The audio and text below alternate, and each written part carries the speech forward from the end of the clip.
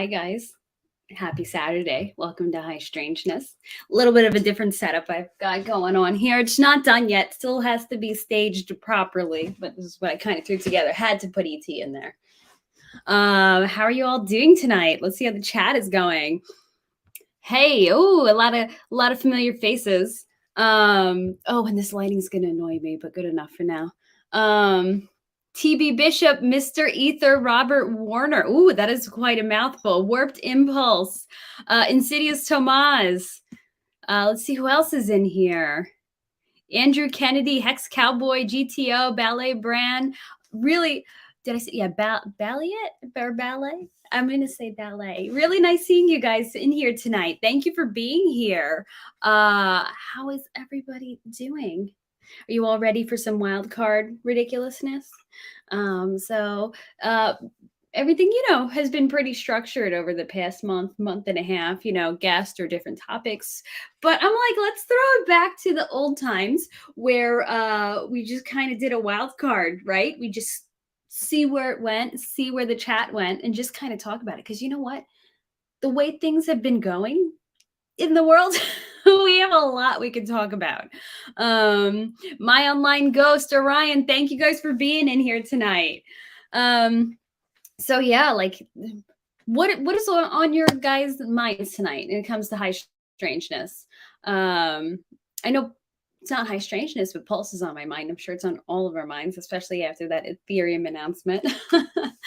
I'm getting a little antsy when Pulse, but beyond that, gosh, I just feel like it's constant insanity in the world, and not just like the usual ridiculousness of governments and politicians and everything, like even just the weird stuff happening constantly and all the conspiracies coming true, and the things that you see posted of things in the sky and weirdness going on. It seems inescapable and undeniable nowadays, but we all have different ideas where these things are coming from. CERN has been on about a month now, so it's kind of interesting as you wonder what's been going on. Has that affected anything? If you do believe that CERN has that influence on the world. I mean, if you think about the week after CERN turned on, remember all the insane stuff happened with everything collapsing throughout the world. Now we have these new CDC announcements, so things have just like, gosh, it's like buckle up. Let's see where things are going. Drix, it's your favorite part of Saturday. Thank you. That is so nice of you. I am flattered. New Mexico for high strangeness. You know what? I think about the Southwest a lot.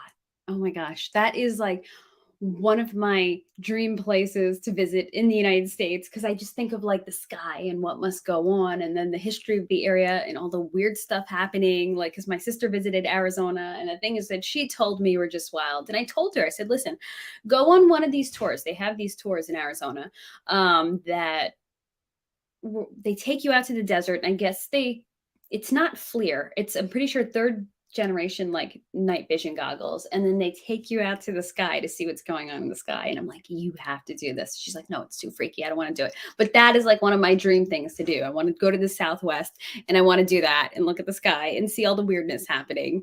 I did not realize he had a ranch there. Interesting. All that strange energy that people believe is happening in that area, all the vortexes and everything. And then you got this guy who is just like pure evil. He's just dripping evil, and then he puts himself out there. It makes you wonder. And coast to coast, didn't Art Bell live out there? And I used to have it on the shelf behind me. I'll have to put it back. But also I have my what's it called, Desert Oracle book by Ken Lane, about all the, like, a lot of happenings in the desert, which I cannot wait to read. Anybody listen to the Desert Oracle? It's a really atmospheric radio show, if you're in a place where the radio gets it. Otherwise, podcasts, I mean, that's one of those podcasts you want to put on at night. Like, I like listening to my podcast at like 1.5 or 2x speed, so I can get through them really quickly. But like, this is a podcast where you just like want to put it on normal speed for the atmospheric vibe that comes from it. You are planning a vacation this winter in Arizona. Oh, then you have to go do some weirdness. Please do some weirdness and let us know. Let us know what you see there, what you sense, what type of things you're visiting. I want to see Area 51. that is like, okay, I know that's not New Mexico or Arizona, but I want to see Area 51 if I was, out in the Southwest. Like, had I been going to PulseCon, I probably would be making a drive out there to the black mailbox too. If I was ever in New Mexico, I'd want to see Roswell. Oh gosh, whole list of stuff you can see and do down there, I'm sure. Flat Earth Underground, nice to see you. Thank you for coming in tonight. Oh, Epstein's ranch is for sale. Who gets the profits? Is it the government that puts it up, or is it like his heirs? Is he even allowed to have heirs? Does he have heirs anymore? It's weird. And it's like, I don't and a lot of us are kind of creeped out and weirded out by the fact that his client list hasn't been released. But it's like, why isn't there more hullabaloo? I don't know, whatever term you want to use, about the fact that we have not seen his client list. Like, anytime, okay, do they want to BS and pretend like that they're, protecting the identities of the victims, but not the client list? You know what? So there must be some pretty significant people on that client list for them not to be releasing it. The Singleton Ranches. Oh, I've never heard of that. Can you tell us what the Singleton Ranches are? I was gonna say Skinwalker Ranch. No, but that's Utah. So, but it's still kind of in that region-ish. I don't know. I guess I kind of all lump it into one region. Yeah, and this is, again, not a statement on anything. Leanne Womack. So Skinwalker Ranch. And I think I did talk about the fact those last week. I had mentioned the two different Skinwalker books, The Hunt for the Skinwalker and Skinwalker Ranch. So I'm going to be reading those, and I wonder, maybe we can get on those people who wrote the books, somebody to talk a little bit about Skinwalker Ranch. That would be pretty cool. And then, oh gosh, there was something else I was going to mention, and I don't remember. I can't. Okay. So would love to see where the Anasazi lived. Yes, in New Mexico. That was that tribe that disappeared completely, right? Without a trace. And when we talk about hidden history, the Southwest is one of those regions where I think there's so much hidden and suppressed history happening. I think I've talked about this a couple of months ago, but or I briefly touched on it. The idea that, or the fact that there was an explorer who found a cave somewhere in the Grand Canyon region and went in, and it was just filled with like Egyptian stuff, Egyptian artifacts, Egyptian whatever stuff from Egypt, and not like somebody dragged it from Egypt and hid it there. Like, there was something bigger happening, enough that the government went in and seized it and sealed off the cave and kind of like guarded it. So I wish I had more info about that. But then, so when you hear that type of stuff, that intrigues me, because I'm like, there's so much more going on than we realize. And of course, that's the case in the entire world. But when you really put it in context with what happens in the Southwest, the energy in the Southwest, the vortexes, I don't know what I believe about that. I don't understand a lot about it. I've never looked into it, but I know my sister said that it felt different out there, and it kind of made her sick. Partially altitude, but she was wondering if it was also like these, or people were telling her, medical people, that it was like the vortexes out there, or something along those lines. Oh, interesting. So Henry Earl Singleton worked for multiple presidents. Interesting. Because you know what? People that work for multiple presidents and spend many years in that line of work, they sometimes know more than one president would know. One president, you're spending 4 to 8 years, you're only going to get so much information, but those people who are there for many years know more than the individual presidents. Yeah. So what kind of secrets are his ranch, or is his ranch, hiding? Oh, and he financed Apple too. Interesting. All big tech has its issues, but sometimes I wonder, is Apple slightly better? Because at least, I don't know, unless there's a lot I can say about that, but I'll just leave it there. Hey, Thoughts Child, thanks for popping in tonight. So what are fast walkers? Did I say fast walkers instead of skinwalkers? I don't know. Sorry. It's late. I just popped home. I'm just looking at now a sticker that's under there that's distracting me. Yeah. So my brain is still kind of processing everything. So between his ranch and Epstein's is Hollywood Ranch. You know what? There's got to be a reason these people are putting out their ranches there. Probably, one of the big reasons is privacy. You can really disappear and get isolated out there, but there's got to be more to it. They must be harnessing the energy out there, whatever happens out there. That people that do evil things, everything they do kind of is intentional. Where they put their land, where they put their houses, the kind of things they invest in. So it's like it all tells a tale. Except it's hard, when you're not of that mindset, when you don't come from that type of evil, when you are not that kind of evil, to understand their reasons. But once you start, unraveling things and figuring out things through sources, it really does become its own rabbit hole. I want to say word hole, not word hole, wormhole, but it's a rabbit hole. Okay, there. Thing kept focusing. Oh, Fast Walker UFO? I'm not familiar with Fast Walker UFO. Interesting. Now I'm going to look it up. Hold on a second. So Fast Walker UFO.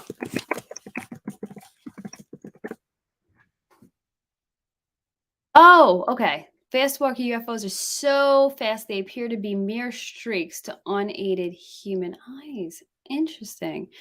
So fast walkers travel at speeds well over 20,000 miles an hour, making these UFOs mere streaks of light to the unaided human eye, which is interesting because that's what meteorites look like as you look, right? As you look at them in the sky. So then how do we know it's a meteorite and what's a fast walker UFO? I once saw something in the sky and it looks like a fireball, but so I assumed it was like a meteorite fireball and it was pretty low in the sky. But then it was odd because the colors and the way it flamed and its speed, once I went inside and looked up the properties of a fireball, it turned out like it didn't align with those properties of the fireball. So I still don't know what it is or what it was. So I was walking into the house and I look over and there was something in the sky, and I can't remember if it was reddish or bluish. It was something. And, instead of just kind of streaking like a fireball kind of like has a tail and looks streaky, it was moving slow enough where I was able to kind of catch it and look at it for a second. And it didn't just have a tail, like you saw it glowing and you saw like fire and flames coming off it. It was odd. It was, very distinctive. It was weird that you can see that much detail on it, and it was kind of far away. So I'm like, okay, must be some sort of odd meteorite, a fireball. And when I looked at fireballs and videos of fireballs, you don't see like flames licking off of it, kind of like maybe like a video of the sun would look. So I still do not know what the heck that was. So fast walkers are those in more intimidating set of blue-haired, track-suited like mall walkers. Careful. Okay, so you're saying fast walkers are a form of mall Karens? Do people still walk in malls? I remember when I was a kid, I would see like mall walker signs, but like now malls have gotten. Besides the fact that malls are a dying thing, we also have those what is it? Those hit and run robberies in malls. Like that's happened in malls around me where people just go into the luxury malls and just completely smash and grab everything and run. So one of the local malls near me started putting big dogs in there with the security guards. Nobody does that anymore. But isn't that wild? We went from mall walkers to like smash and grab thieving in the malls. Man, things change, don't they, in a short amount of time. But hey, Mango Junkie, thanks for being here tonight. So high strangers of Hexaco. I like that. Okay, yeah, we're the high strangers with the high strangeness peeps of Hexaco. That sounds good. Would you all move to Hexaco if Hexaco was a thing? If we all make our own? I wouldn't. I like being in New York, but I think more power to you if you all want to live in Hexaco. So before I go on, I just wanted to point out something about these books. I have to say, my hair keeps annoying me because it keeps looking like a necklace. I should have clipped it up. But now I can't leave. So anyway, these are some of my favorite books when it comes to weirdness. So I think they started, the original book was Weird New Jersey. And then they branched off into all the other books. So I've kind of collected them over time. I have about 5 up there, 4 here, 5 more down here. In Weird New York is, you've heard me talk about Pine Bush a lot, the UFO capital of the East Coast. That was where I learned about it, in Weird New York. So if you guys ever just want to find the weird stuff happening in your state, weird locations, stories, urban legends, anything, I would highly recommend getting one of these books. I think eBay might be a good place to go because it's out of print, but I love them, and I still need to kind of complete my collection. At one point, they didn't have all 50 states. I don't know what's going on now with that. Oh, Hexica's a state of mind. I like that. So tell me, guys, what's on your minds in terms of strangeness? What would you like to talk about? So we're going to do a wild card night tonight. So I hope you all aren't disappointed. ET seems pretty game for it. So you know what I've had on my mind a lot lately? The Gulf Breeze sightings. One of the, I want to say it was late 80s, early 90s, one of the big UFO sightings in America, repeated sightings in our history. So Gulf Breeze is a little town in the panhandle of Florida, and it is right next to Pensacola, which is a naval air station, I believe. And okay, right? Pretty typical. Weird stuff happens around naval air stations. Some people say that's because people are confusing, UFO sightings, military jets for UFO sightings. But then other people are like, no. The UFOs want to see what's going on at the military bases. But for whatever the reason, you tend to get a lot of UFO weirdness around military bases. So Gulf Breeze sightings was this case that this family experienced, Ed and Francis Walters, in Gulf Breeze, Florida. And they wrote a whole book about it, and they were able to get video evidence of it. They were able to get photo evidence of it. Even Bud Hopkins, a big UFO investigator, came into it and was involved in it. And he even gave them like a sealed camera that they couldn't tamper with to see, whether this was a hoax. Like, he really, really looked into what was happening down there, and he came away saying, this is real, this is not a hoax, this is legit. Like, this guy was constantly like bothered by these aliens. He'd be out and he'd see them in the sky. They would mess with him at night. They would be in his backyard, the UFO. They would come up to his sliding glass door. Can you imagine waking up in the middle of the night, raising the shades on your sliding glass door, or pulling the curtains aside, however the way they did it? It was 90s Florida, so I would say it's probably the vertical blinds. So imagine doing that, and there's a UFO standing right outside, just not a UFO, an alien, just standing right outside the glass looking at you. That was what happened to these people. And these, they were in Ed Walters' mind, talking to him. They wouldn't leave this family alone.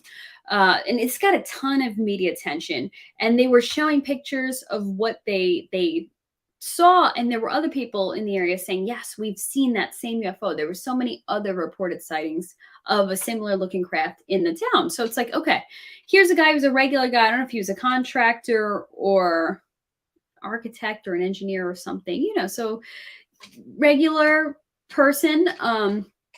And his wife, here's these regular people that didn't seem insane that were reporting these sightings. And then it was being corroborated by people all over town. And then you had Bud Hopkins investigate, and he's like, no, it's legit. So you had all of this happening. And so that was the Gulf Breeze sightings. I don't know if there was a documentary about it. I don't think there was a movie. I wish there was. But this was like, whenever my mom would get this out of the library, and I would love looking at the pictures. So throughout my childhood, I would just check this book out and look at these pictures. I had such a good time looking through this book. And I even did it into my adulthood because it just felt like, a childhood memory, until the library disposed of it. I was so upset. That's why I kept checking it out, to show that there was some action happening with the book, so they wouldn't dispose of it. And then they did. But anyway, a few years later, they were like, oh, it's a hoax. It's a complete hoax, because some people moved into that house, and then in his attic, they pulled back the insulation, and they found a model of the craft that he used to take these pictures. That's why he was able to fool Bud Hopkins with the sealed camera, because, he actually was taking a picture of something. It was just a model. But the thing is, like, if you were constructing that elaborate a hoax, or you were making money off a book deal and you were involving all these people, I would think that you would be careful with the materials that you're using for the hoax, that you wouldn't just accidentally leave it behind, that you would be a little more aware of the evidence, or at least that you would have destroyed the evidence at some point. But supposedly the story is, oh no, they left it behind, and the new owner found it. Look, and here's the model of the craft. But to me, I'm like, was this a plant? Was this staged to discredit him? Because again, how could you forget that and leave that behind in your house when you're moving? Why would you want to discredit yourself like that? So now people look upon the Gulf Breeze sightings as a hoax, but I don't believe it. I wonder if it was a plant. Somebody was trying to destroy him. Someone's trying to discredit him. And on top of that, they're a town away from the Naval Air Station. I'm sure those military base people were not thrilled about what Ed and Francis Walters told the world. And now when you try to look them up, you cannot find any info. I was trying to get a hold of them to see if I can get them on a show. So if anybody can like track them down and do that and connect them, I would love that. But to no success. Like they're even like pulled from like any type of digging that you can do online. So yeah, but a wild story, and I would highly recommend getting a hold of this book and reading it. But that's another plan. So I want to get in touch with them and see if I can have them on the show. If anyone can make that connection, I would love that. And not because I want to tear them down, because I believe it. I want to hear a little more about what they have to say about it. Let me just turn back to the live chat. Crypto Journeyman, Jen Hex, Antonio L, and David Lee, thank you for joining us tonight. Anyone in chat have any experience with telepathy at all? Oh, that's an interesting question. I don't. I'm not sure how I feel about it. I definitely think that it is a possibility to. I don't believe that anybody can like hack into somebody else's thoughts. Let's put it that way. I believe that there's no way that's why I don't believe like where Elon Musk wants to, do stuff with people's thoughts. I don't know, read people's thoughts, or people try to claim, or the fact that you can upload your brain to a hard drive. I don't ever think that that's a possibility and that can happen. I believe that's impossible. But do I believe that there's a way to influence thoughts, that these aliens can speak into your brain? Yes, because for me, like, I look at that as a demonic episode, as a demonic experience. So there's like an influence that's happening. They're speaking into your mind. So I believe it's possible in that case. But you and me being able to share, telepathically, I'm not so into that. I'm not a believer in that. But I do think it's interesting when people do have that experience with UFOs or the demonic, and then they hear things in their brain. So that's interesting. So I do believe that Ed Walters did hear the aliens speaking into his mind. Oh, you're so funny, Antonio. Thank you. Yes, fellow travelers seeking high strangeness. Oh, you guys are good with the slogans tonight. The high strangeness slogans. I like that. Fellow travelers, right? We're all just travelers. I was about to say we're all travelers around the sun, but I don't want to trigger anybody with my heliocentric worldviews. Oh, okay. Can you tell us what your experience was with that one night? Interesting. And you've had many shared dreams with your significant others, if that counts as ESP. Interesting. But I wonder if that's some sort of influence coming from, instead of being telepathically, if that's an influence coming from the outside and making you like think something at the same time, kind of like me and my sister used to have a lot of moments where we would all of a sudden be quiet and then say the same thing at the same time that's not triggered by anything, or sing the same exact certain piece of a song. And I never looked at it as like being telepathic, but I always looked at it as, okay, something must have just triggered that reaction. And because we think similarly, it must have done something. But interesting. But when you say significant other, it almost sounds like there's an outside influence coming in and changing those thoughts. Would you be open to thinking to that explanation? Like somebody, some sort of entity trying to feed into that? Crypto Jack 3, smash that like and subscribe. Yes, please. Thank you. So many different paths to high strangeness. Yes, it's like everybody in life has different thoughts and opinions. Opinions are like Is that the, the saying? And it's the same thing with high strangeness. Everybody has different thought, a different opinion, and I like that. A different path to high strangeness. Um, Everyone has access to telepathy. You can talk to a body remotely. Interesting. So do have some people in here. Yeah, multiple people that believe in telepathy. I guess I'm just being the skeptic. It can be done. Just don't look for telepathy as it's shown in the movies. Okay, that it's different. Well, I mean, kind of like when you think of an outside influence coming in, it's kind of like telepathy. Yeah, no, I get what you're saying. We are on a different page on that. But I think it's interesting how a lot of you guys are agreeing that that's a thing.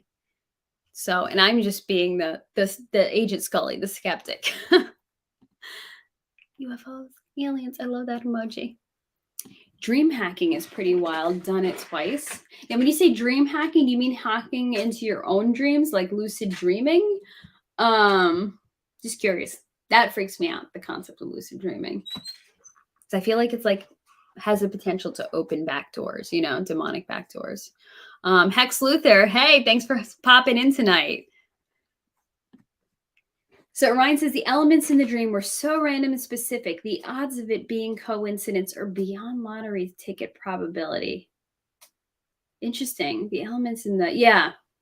So that's why I wonder, is there an outside force that was trying to commune with you guys, instead of you? I mean, and I'm not discounting it, I'm just looking at it through a bunch of different perspectives. Because like I said, because I am a skeptic, but I don't mean like, oh, your TV is on and that's influencing you. You wonder, was there an attachment? Was there something else happening? And there was somebody trying to influence you both with the same thing.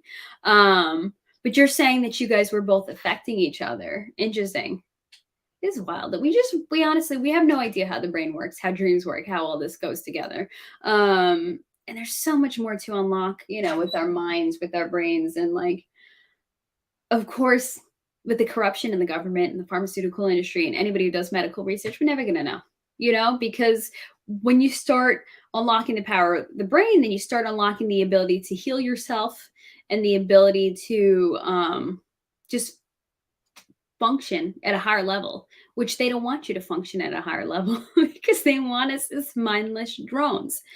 So I guess, that's why, when people are doing the research on this, that's how people end up dead. People that are spreading the news on certain things and letting people know, but you don't want them to know. So which makes me wonder, it's like, how many people have, like solid evidence of what the mind is capable of, but won't put it out for fear of being one of these people who are going to end up dead, who are going to end up suicided. Another person meets you there in the dreamscape. So I wonder, is that also like astral projection though? Oh, and speaking of astral projection, how about out-of-body experiences? There's documented proof by psychiatrists on this. Okay, yes, I do believe astral projection is real. Personally, because of my beliefs, I'm not going to mess with it. I don't think it's a good thing because I believe it leaves doors open for dark forces to come in. So I'm of the mindset of protect yourself. Don't let and not let not give these forces a foothold and ability to come in. So, so I try to avoid certain things. And that's one of them. But I do believe, yes, I do believe astral projection is real and dangerous. If you can believe it, it's possible. I don't know, I want to believe Ted Lasso's a real guy, but it's not possible. No, I'm not trying to make fun of you, but I know, I know a lot of people are of that belief and that there's a lot of talk about manifesting and everything. I tend to run from that. But I guess it's like that Frankenfurter saying from Rocky Horror Picture Show, don't dream it, be it. I will refrain from singing it to you guys. You had one out-of-body experience and do not want another. I do not blame you. That sounds terrifying. And also, when we talk about out-of-body experiences, I'm looking at it as astral projection. Maybe they're two different things, but in terms of like astral projection, there are people that like once they start astral projecting, it becomes a thing that they can't stop. Like like they will start doing it in their sleep and automatically it'll happen, like to me, which sounds dangerous, that you don't have control and it just randomly starts happening. So that's why I'm like, this does not seem like a good thing to mess around with. um there's serendipitous synchronicities I allude to. Did you watch my stream before I came on yours? We said this. I did not watch your stream. I have not, and it's not that I'm neglect. I plan to. I just crazy week, and I haven't got around to it yet. but now, okay, yeah, I definitely have to watch it now that you're saying that.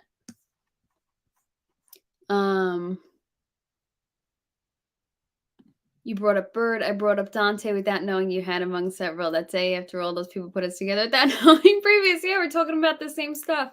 I guess it was meant to be that we streamed together. Did any of you guys catch that stream with Thoughts Child? We had quite a lot of fun. We almost went 3 hours. So we need to get together and stream again sometime soon. I guess your channel next, right? Go back and forth. Do you think ayahuasca leaves doors open? I think any psychedelic leaves doors open. That's why I don't participate in psychedelics. I mean, because I won't deny it. Like there are certain aspects of it that sound like, whoa, like certain things like, like, wow, you see this and you do this. Like it's interesting. But then, when you really think of how that leaves your those doors open, those things open to attack, I'm like, that is not something to screw around with. There are people that have had major issues from it. I know people personally who have told me their DMT experiences in the sense that no, they weren't having a bad trip, but what they were exposed to through those open doors. And so yeah, any type of psychedelic. And some of you don't like it, but if I'll bring my faith into it. There's certain warnings against what they call pharmakia in the Bible, and there's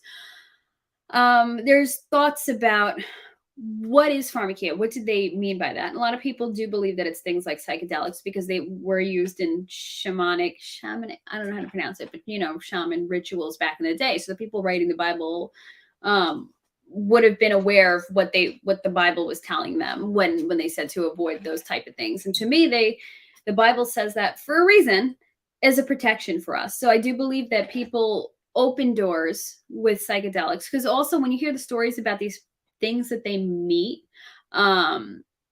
in their trips, and then sometimes these things that they end up having problems with in the trips, like it sounds dark. It sounds like something, you're leaving a door open. Let's think of it in the sense of vampires, in the fictional sense. I know there's some debate about vampires in real life. I don't know anything about that, but in the fictional sense, vampire, right? How do you leave yourself open to attack from a vampire? You invite them into your house. So when you are doing these things, you're giving the invitation for the entity. You're saying, come on in, here's the door, by leaving those doors open, and you're just leaving yourself open to problems. So that's my belief. And then especially ayahuasca. For me, good and evil, there's no black and white. There's no in between. It's either good or it's evil, and good is good. There's not some confusion. There's not confusion with it. Like it's going to be very clear. Like in the sense of ayahuasca, when you take ayahuasca, your body, and I read a great article about this and I can't find it now, but your body has a very violent reaction to it. It's having a violent reaction to the toxin, but you're also having the psychedelic trip, but here's the thing, you're mixing, there's something really bad happening in it. Your body is reacting in a certain way. So there's the bad. If it was completely good, then I feel like, if it was good, if it was of the light side, then the whole experience would be good. You wouldn't have to go through this bad to have this experience. But I'm bringing us into a different rabbit hole at the moment. I need to explore that some more, but I wish I knew where that article was that I read on it. I'm sorry guys, hold on. I just need to check something on this computer a moment. I forgot to plug it in.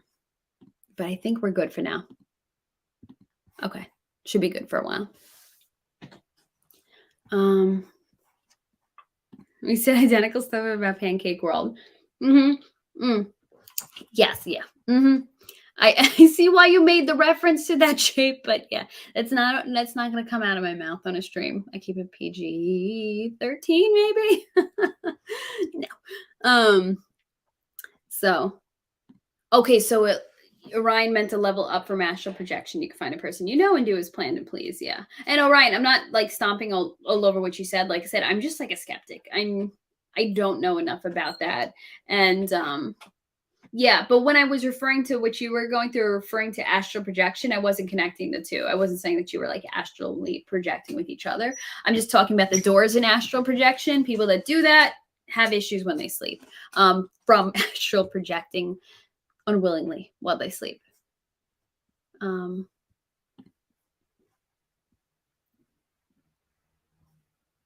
If I prove to you that telepathy is the going thing, you and I have dinner in New York City, are you going to try to reach out to me telepathically? Because please don't. I'm not you, anybody.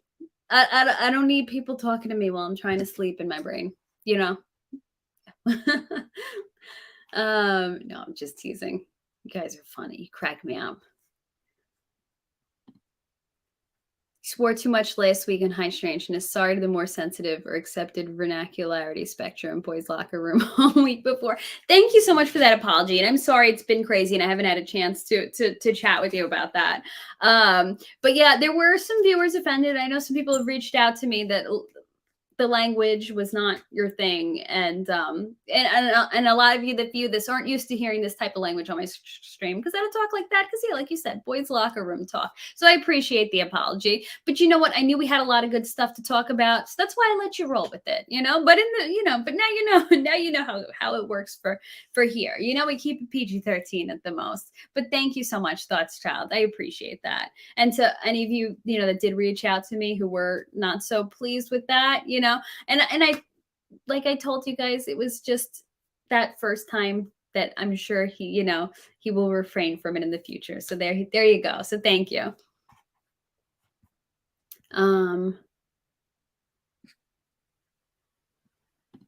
And sleep deprived proves you are comfortable, but when there's something to be said for a bit of decorum in certain situations, you'll keep a swear jar when she comes in. Oh, you're funny. No, I know you'll be good next time. Now that you're aware of it, you were very passionate, and sometimes that's how passionateness comes out.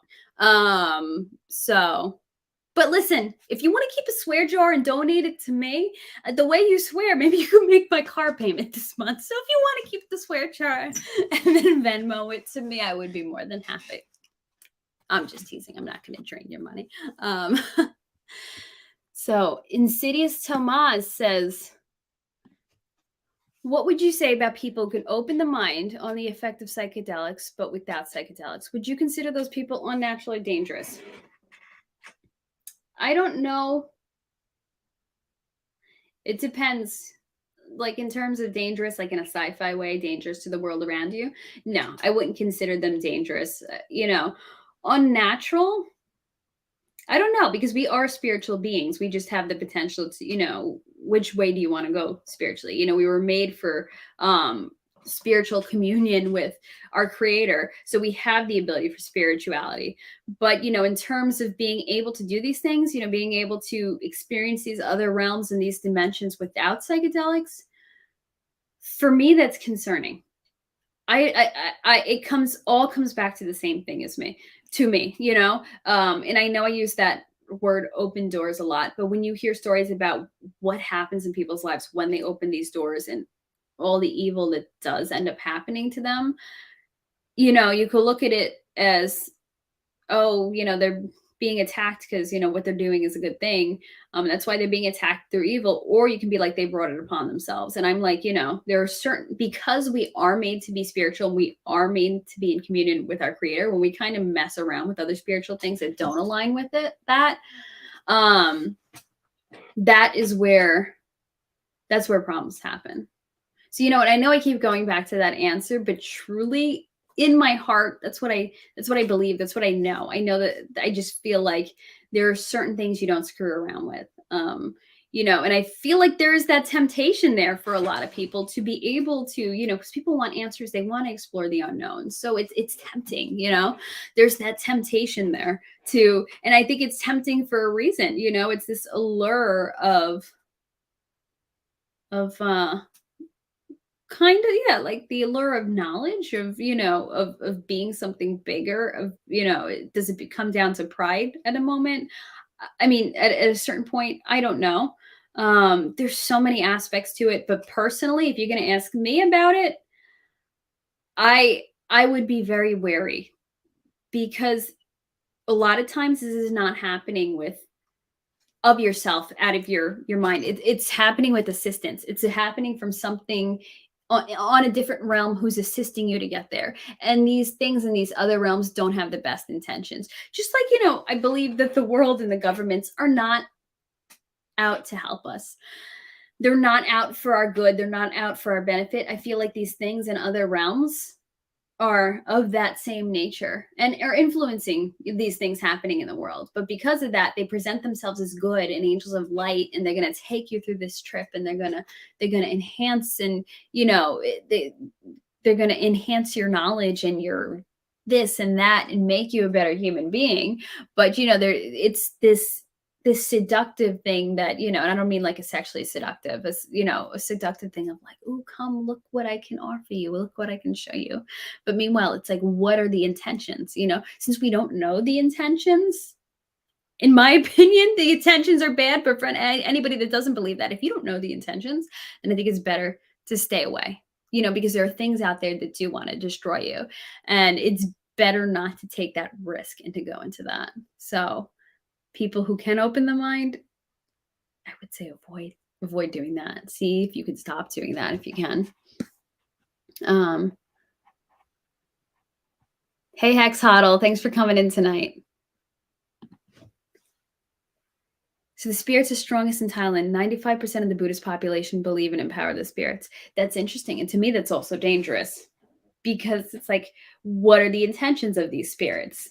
Are they here to destroy you, but they're presenting themselves as good, just like we said, and then once you start communing with them, you're giving them an open door.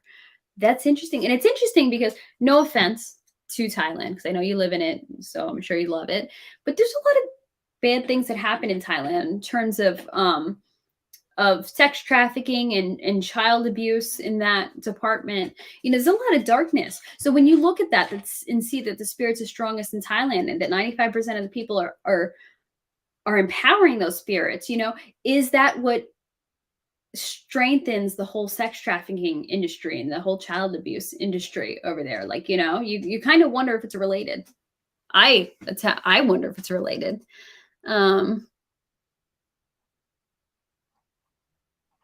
I will say, however, you all might want to start being highly offended by the conclusion of our species, and that made you worry about, you know what? I don't think we're at the conclusion of our species, but I believe there are forces that are trying to make that happen. For all of you offended by what I've said and will say in the future, that is your problem, not mine. Funny. I always like starting trouble, don't you? Sorry, I'm just catching up on this. Oh, interesting. Yeah. So you mean, people who can do these psychedelic things without the aid of psychedelics. And you mean that they have no choice. They're just born into that way of operating. I personally, if I had that way of operating, I would fight against it because, like I said, you don't know what you're dealing with, and people like to think that, we're so powerful as humans and, our minds and everything. But you know what? These things are so much more powerful than us. They could easily overtake us and change us and influence us. So for me, if I was born with that ability, I wouldn't touch it. I would just leave it. I wouldn't touch it with a 10-foot pole. I wouldn't want anything to do with it. And I don't mean to offend any of you guys who are born with these abilities, but for me, I wouldn't want to bring problems into my life. I wouldn't want to bring darkness in that could potentially come in through that way.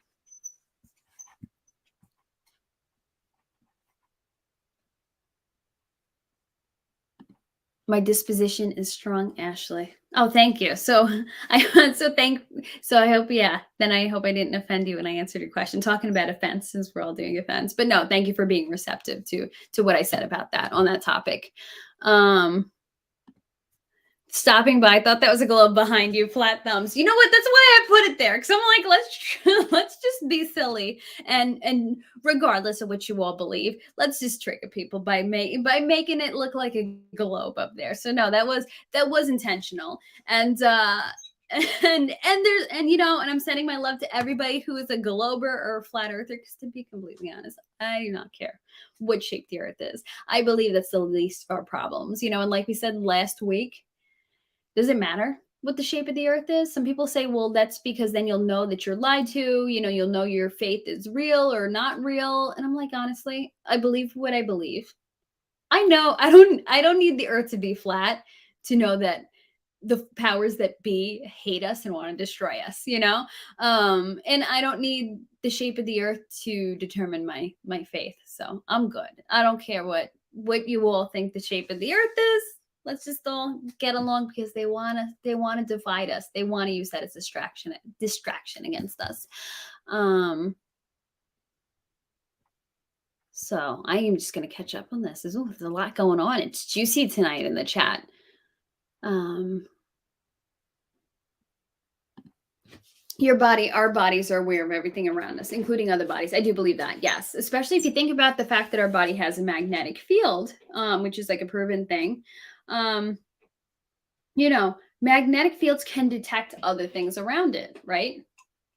And I don't mean like the magnetic field itself is alive. No. But it's used in detection. Think about how other animals use their magnetic fields to navigate and to do things. It has the ability to help us with our sense. It's like an extra sense. So if you look at the way our bodies are designed, our bodies are made to be aware of so many different things and to sense so many different things. It's like a sixth sense in a way. And don't they also say your second brain is in your gut, because your gut health is so connected to your brain and your emotions and everything? Like, it's really amazing how the human body works. And it's amazing, but not surprising how much information is suppressed about that, because no one wants you to know how powerful your own body is. But yeah, I am on the same page as you with that. Yeah. Well, it's true. It's true. We are taught so many lies. And the hard part is being able to, first of all, accept that, because a lot of people cannot even get past that and don't even want to explore the fact that what they were taught was a lie. But then once you get past that, and then trying to dig through what was truth and what wasn't is hard. It's challenging. You can't just automatically believe something or just believe it. You have to know why, and you have to dig. And but that's the first step to knowing that what you were taught isn't always the truth just because you were taught it.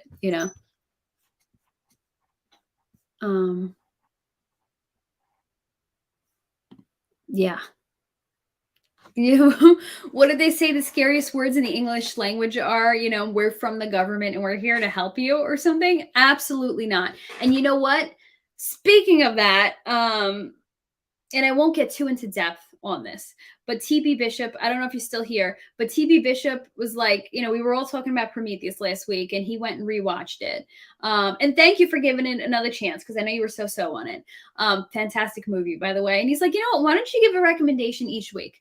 And you know what? I think that'll be fun. But my recommendation, I'm not going to go too into depth here.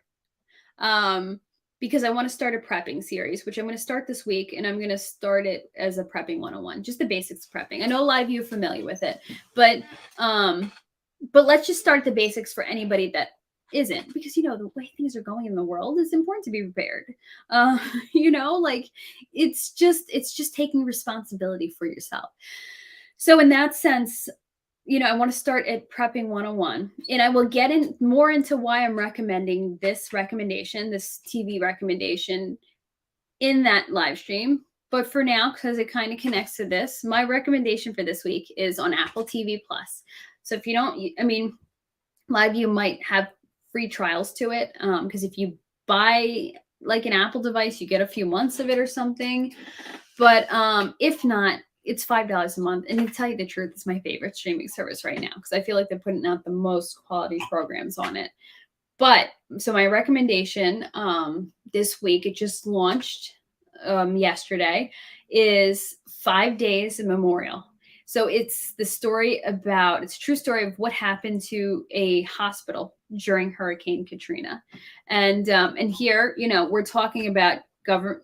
Thoughtchild says that government is slavery. They occupied this fatuous. Sorry, I'm not grasping what that word is. Maybe it's too big for me. Position under the auspices of best for you.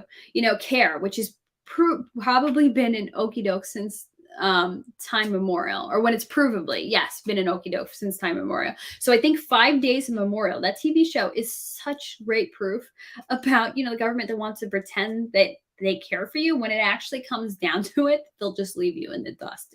And that is such a great example to it. So 5 Days of Memorial, they released the first 3 episodes at once, and then it's going to be a weekly release for the other episodes. It's a limited event series. I was kind of on episode 1, but stick with it. It really is such a reminder that you cannot rely on the government. You have to take care of yourself. So we will get more in depth on that this week at the prepping stream. So I'm just going to catch up on this. Oh yeah, we did talk about that before. Spirits to you are positive influence, like your grandparents. Thanks, Dot. Oh, okay. Does that mean there was an emoji there? Okay, yeah. No, I mean, we're all entitled to our own opinions on that. So, and you say that the Buddhists are into that, because is that where the people, is that the religion where the people pray to their ancestors? Is that what's happening over there? And everybody has a different view. Because like I said, I view the world through the lens of my faith, and I have no problem admitting that. I don't believe that you can commune with the dead, and that there are things that pose as your family and your ancestors, and that you were actually communing with that darkness that is lying and pretending. So that's why I am very wary of that, but I'm not trying to knock what you believe in. But personally, that's why I said what I said before, that there are things that like to deceive you and pose as these, because these things are ancient. They sit around watching history, so they can feed you anything. Like, if they know your grandfather's favorite sayings, they can come back and feed you your grandfather's favorite sayings, to kind of get you to trust them and everything.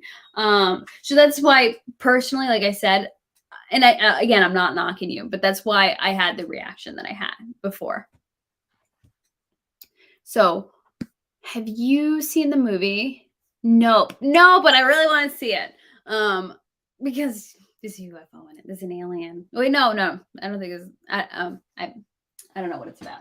But yeah, there's a UFO. Speaking of aliens, I want to show you my little friend. I'm gonna put him up here. There we go.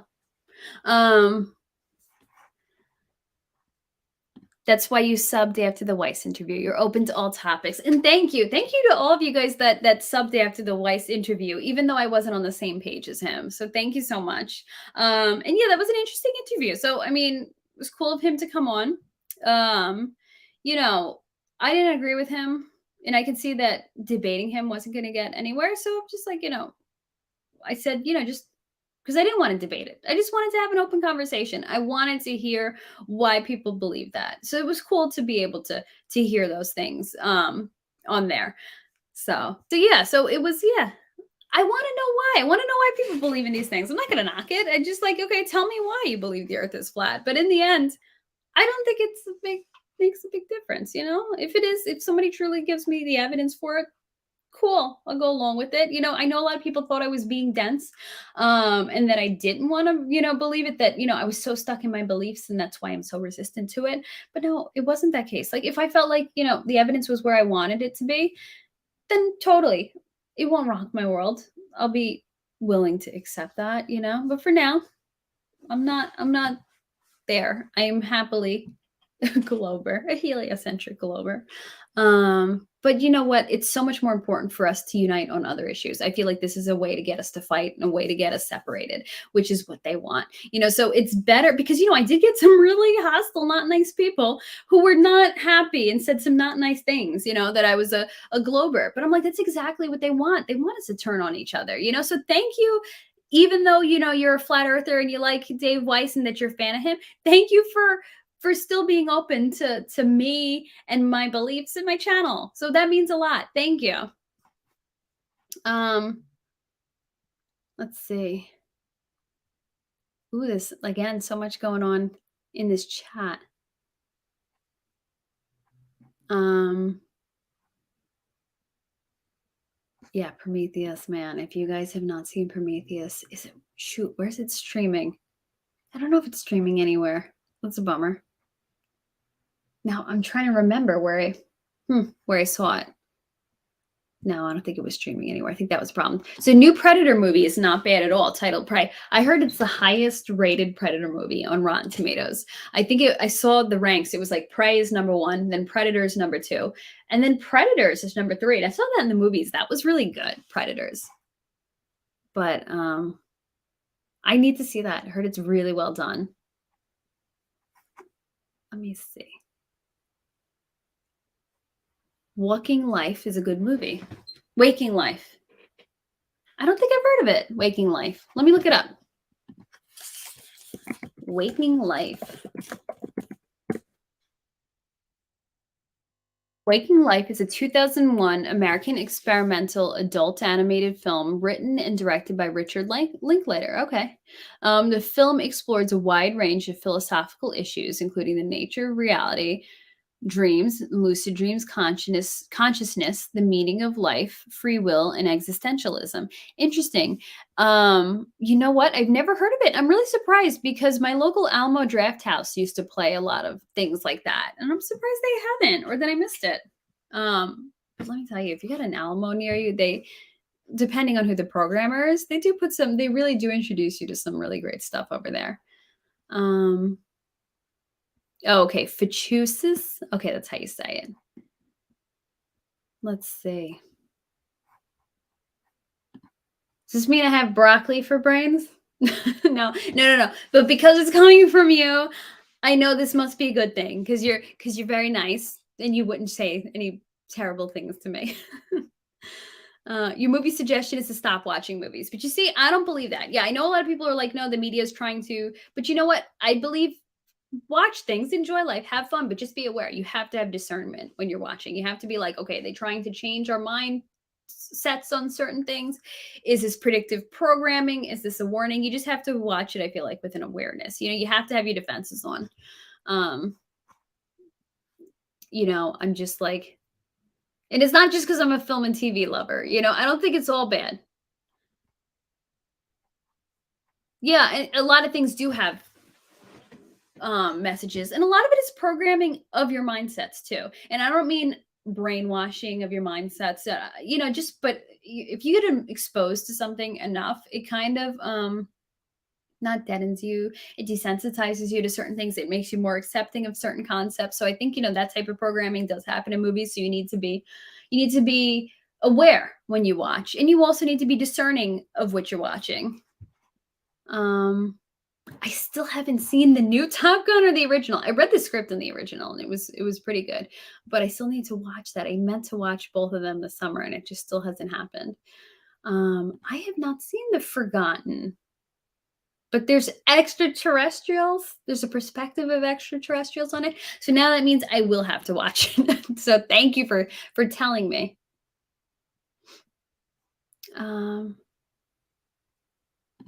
Got only 850 subs in the channel since 2013. Wait, so what is this? Is this, oh, okay, you fly in simulators? Love aircraft? So is this your simulator channel? Curious. Pleb versus Alien coming 2023. Funny. So you even liked Covenant. It's a disappointment for many Prometheus fans. Oh yeah, I will still go in a Covenant rant, but I won't do it here. But my issue with Alien Covenant is this. People complained. I'm sorry, I keep moving my hair. I'm really ticked off about my hair. This weather doesn't always agree with it. But people complained enough about Alien Covenant because they wanted another alien. They wanted another aliens. And Prometheus was something very different, but it was so well done. It was made to be able to stand on its own, even though it was a prequel series. So people are like, no, there was the alien, there was this, there was that, And So to me, Prometheus was like a kowtowing toward the complaints. And I understand that when you're a studio and you want to make money, you want to make the fans happy, but past the point, you have to be like, you know what? No, trust us on this. Is going somewhere. Don't screw with the formula. I mean, okay, I won't say don't screw. That means something else. But well, they just screwed with the formula Prometheus, and I feel like they just made Prometheus useless. Like, what was the point? Besides introducing us a few concepts, if you were going to go with Covenant. Yeah, I agree with you. It's as a movie on its own, cool. It was a pretty cool adventure and sci-fi horror. But as a Prometheus fan, I'm like, you just destroyed Prometheus. Like Prometheus gave us a protagonist that was like on the level of Ripley. Because I'm like, how can you do this? How can you make an alien movie without Ripley? And then when I saw Shaw, I'm like, you know what? They figured it out and they did a great job at it. And then you do what you did to Shaw with that, hashtag justice for Shaw. Oh my gosh, Dr. Shaw. Yeah, it was terrible. Like I said, I have the special edition and I never opened it and watched it because it made me sad. You know what? Lately, it certainly feels like it. Yeah. So life is a good sci-fi. Yep, it feels like that lately.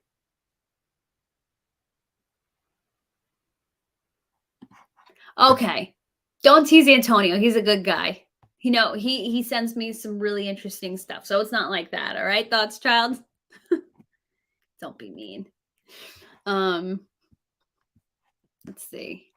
Healthy brain. Oh, sorry. Clicked the wrong one. Healthy brain, healthy heart. Thank you. Yes, and I'm totally all into brain health and heart health and body health. It's a way to kind of resist nowadays. It really is a form of resistance, taking care of yourself.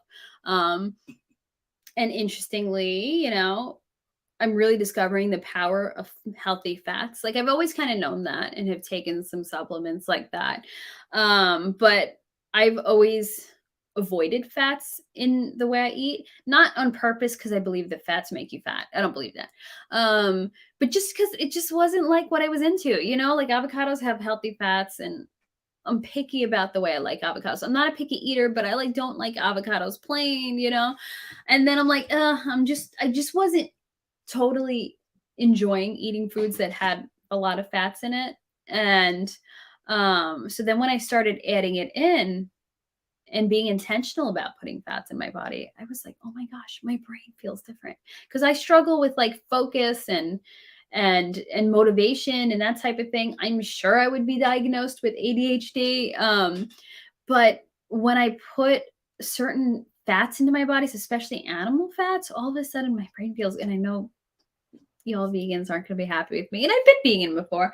But I am telling you, like, my brain feels on a different level with that in there. So yeah, healthy brain, healthy heart. That's the way you resist, especially nowadays with sudden adult death syndrome. We all know the ins and outs of what's going on with that. Oh, so what is my favorite movie? That's like that's like choosing favorite children. I don't know, kind of like goes in and out.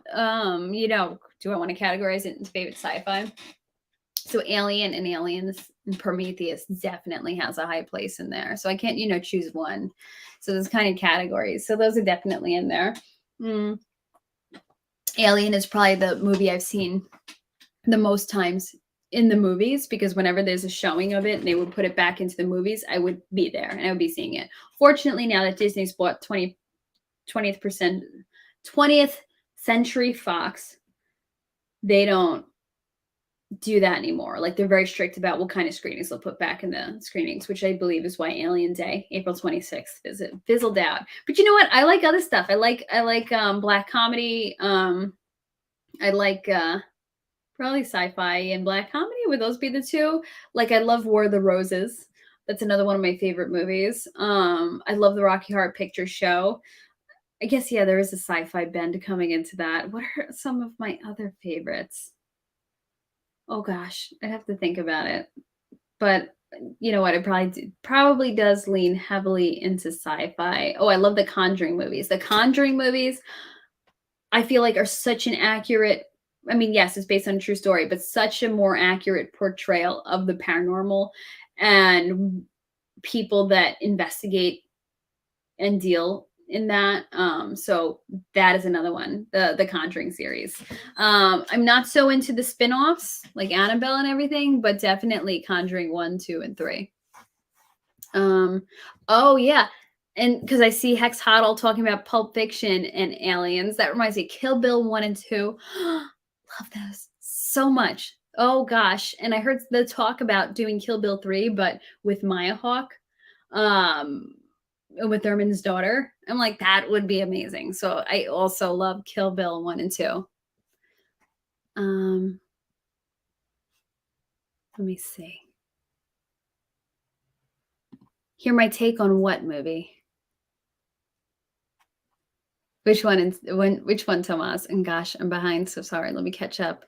Um Aliens versus Predator Requiem. Always wanted to see aliens on Earth. You know what? I have the Blu-ray set, the 1 and 2 on one set, but I've never watched it. I don't know why. I guess I always got the vibe that it was like really inferior to the movies, but it's things I've heard lately. I'm like, it kind of does add something to the story, and I think it's canon, right? I don't know, but I recently bought a few months ago the Blu-ray set. It was on sale for like under $10. But so I really need to watch Alien versus Predator. Because doesn't it take place like in Antarctica or something? I don't know.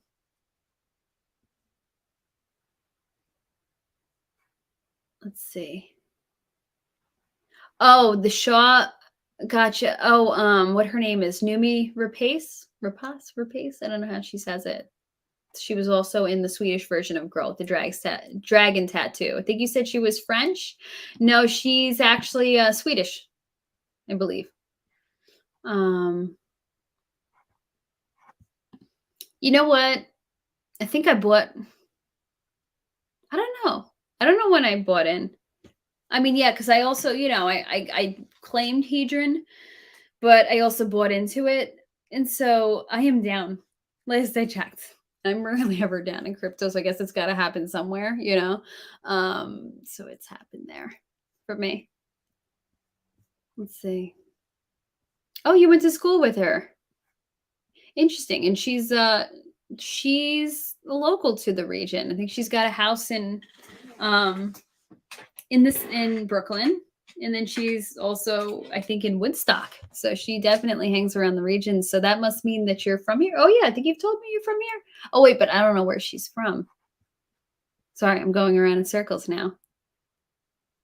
So Requiem was better than the first Alien versus Predator. Good to know. So if I'm not into it, I should stick with it until Requiem. Should have bought the bottom. Yeah, I definitely should have bought the bottom, but I honestly thought it was dead, and I did, and I regret not buying the bottom because I can certainly use that pump now. Not that I'm one of these people that need to, that want to dump on anybody's heads, but sometimes, it's helpful to take a little bit here and there. So yeah, I regret not buying it on that tip. But I also, yeah. But I'm holding. I'm still holding. I'm interested to see where it goes.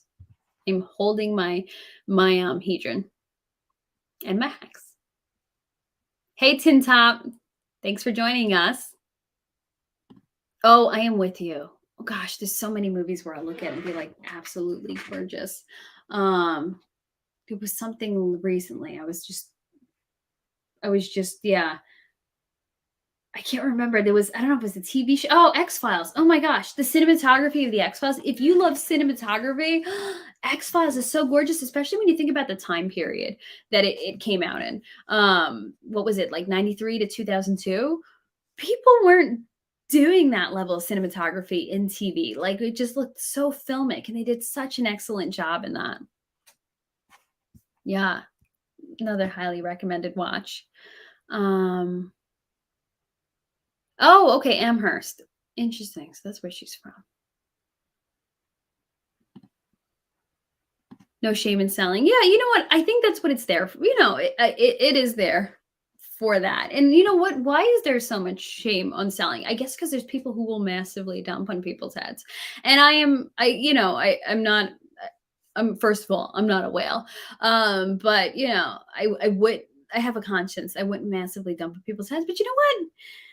it's an investment and it's there to help you. And sometimes it would be nice to just be able to, do something that you need to with it. So that's why I'm like, man, should have bought that dip. But I guess I had no dry powder either. That's another story. So I'm sorry. Do I make myself sound pathetic? Oh, wow. Thank you so much, Far Out Aliens. That's so kind of you. I'm so excited because this is I recently became monetized as a YouTube partner, and YouTube's like, oh, you can do what is it, those paid subscriptions, and you can, which I haven't, and you can get tips and you can do all this and that. And I'm like, oh, that's so cool. But nothing's happened with it. So you are my first tip. So thank you so much. And I am over the moon. And that's really kind of you. So thank you. So what is up, extraterrestrial hexagons? You know what?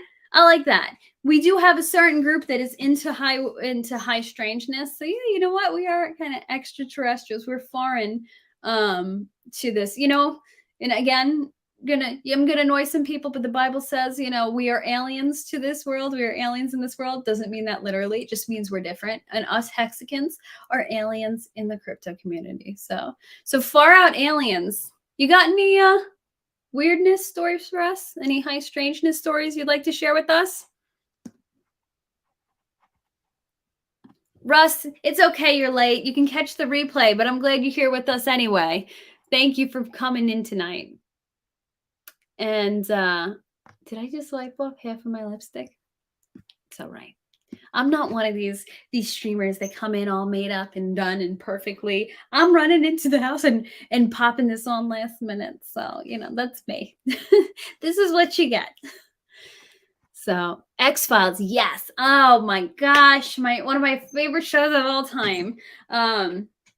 My dad got me into it as a kid, and it's never left me, the fascination with it, until I finally decided to watch it as an adult. It took me 2.5 years to work through the whole series. Most people do it faster. It's harder for me to watch a series consistently. Because I don't get a chance to do a lot of binge watching. But man, I think it's on Hulu. Especially, it was interesting because back then, it was talking about government conspiracies and government turning on people and hiding the truth from us and all this and all that. But we've really come to a place where this is no longer fiction and it's our truth. And then, you look back at this stuff and you're like, this stuff is happening today. And this show talked about it. Was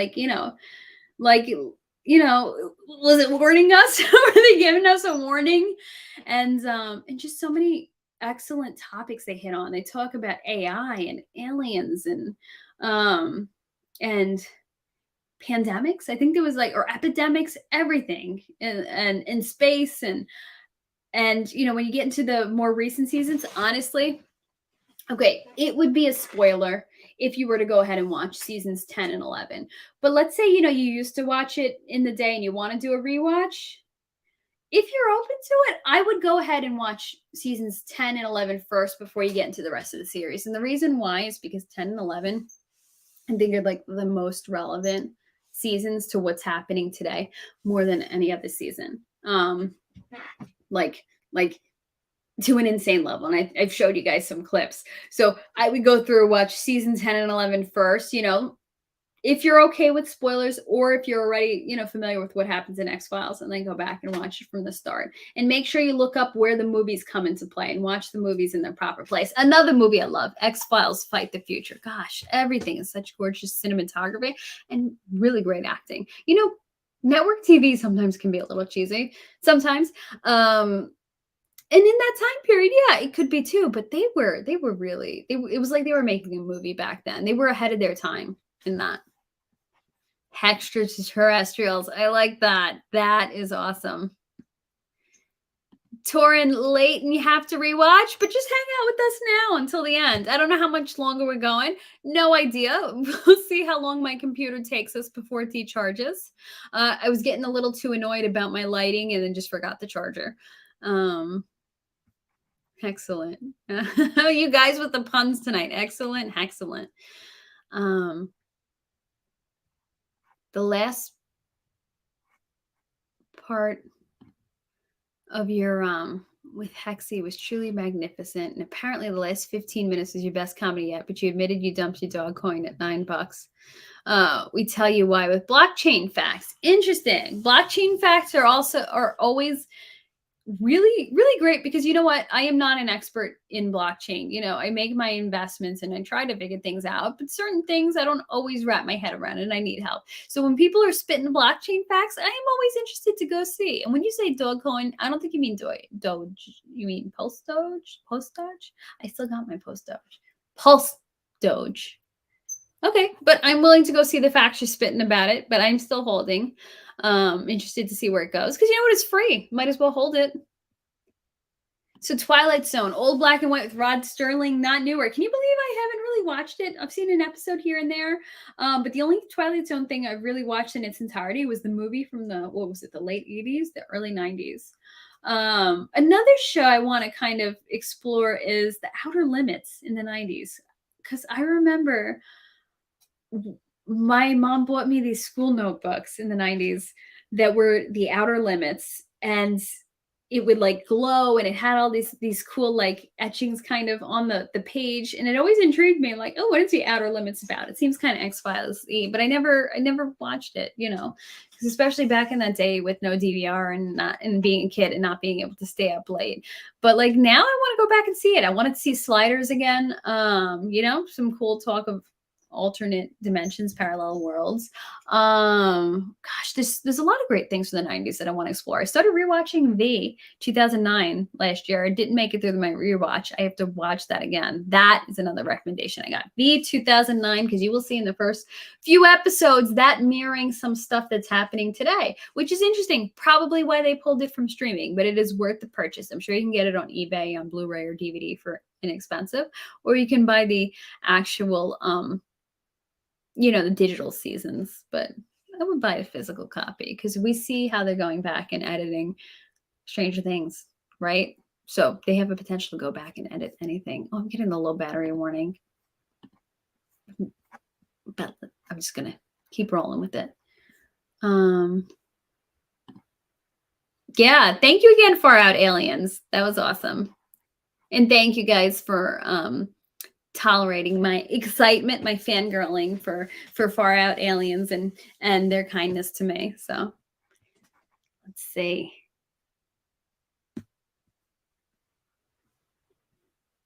No shame in selling, but we're so early. You really have to look in the mirror and ask if it's worth exiting that position. Yeah. I mean, I'm not selling my hex. It's just,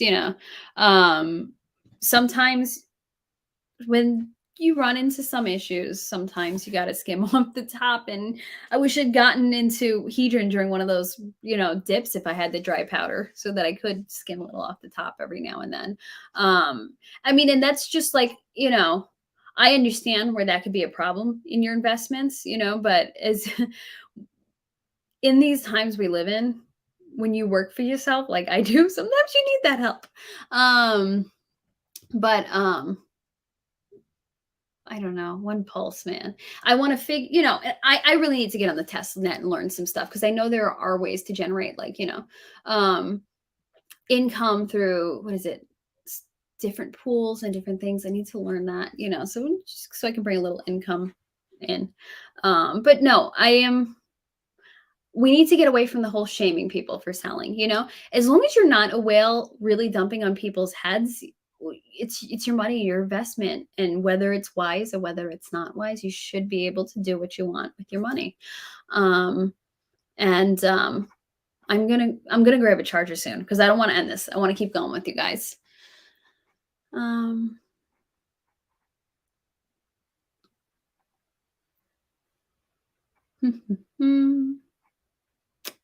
Yeah, some lipstick is off. I don't know if it's my lighting or this, but whatever. Lighting does weird things. I'm too obsessive with all this. You're just glad you don't have to buy lipstick and all that stuff. Well, it's not too bad. It's an investment. I'm not very good at it though, so, but I like to learn and play around with it. When you actually kind of have to figure things out. So you got to stay on that. My dream, my pulse dream, my pulse moon dream is being able to, when pulse moons hire somebody to be able to do my hair and makeup. That would be my dream.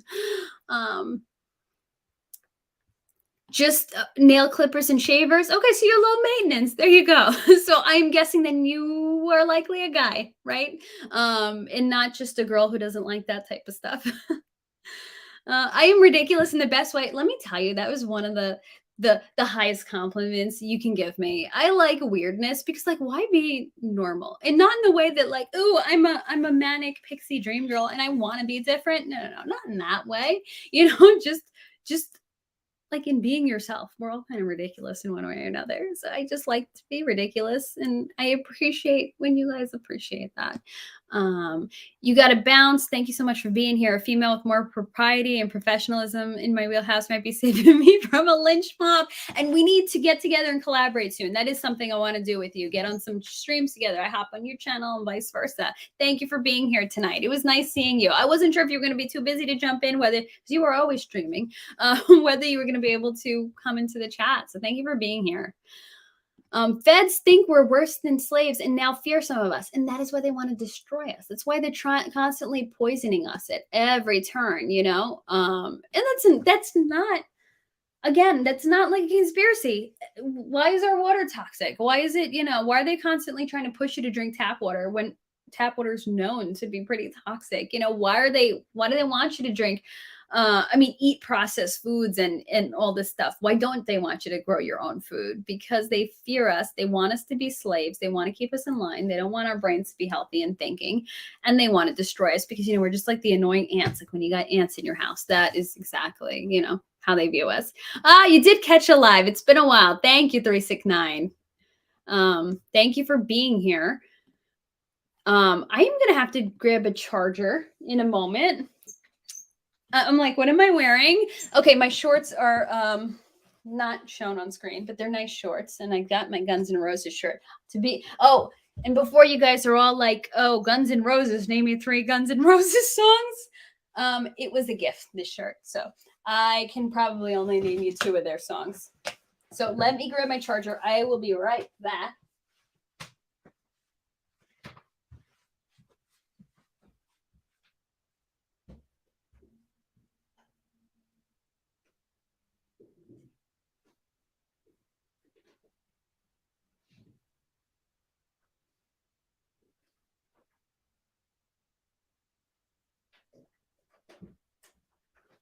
I'm back and I need to catch up on the live chat. I feel so behind you guys. Shoot, I just stepped on something. Some construction material. The floor is being redone. Okay. At least I didn't break it. Oh gosh, when I plug this in, I think it's going to turn off my light. Let's hope it doesn't. Fingers crossed. There we go. I just shut off my light. Let me try again. I need to buy a new light. Oh, come on. Bastard light. Sorry, guys. Give me a moment. Technical difficulties. I wish I had a little screen that said, you know, technical difficulties. Please stand by. Okay, this is just not going to happen. I'm just going to adjust this light. All right. Okay. Let's hope this is good enough and that I don't look even scarier. All right. I'm back. All right. Okay, this lighting isn't terrible. And now, let's see. Yes, I am plugged in. This is not going to turn off on me. Here we go. All right.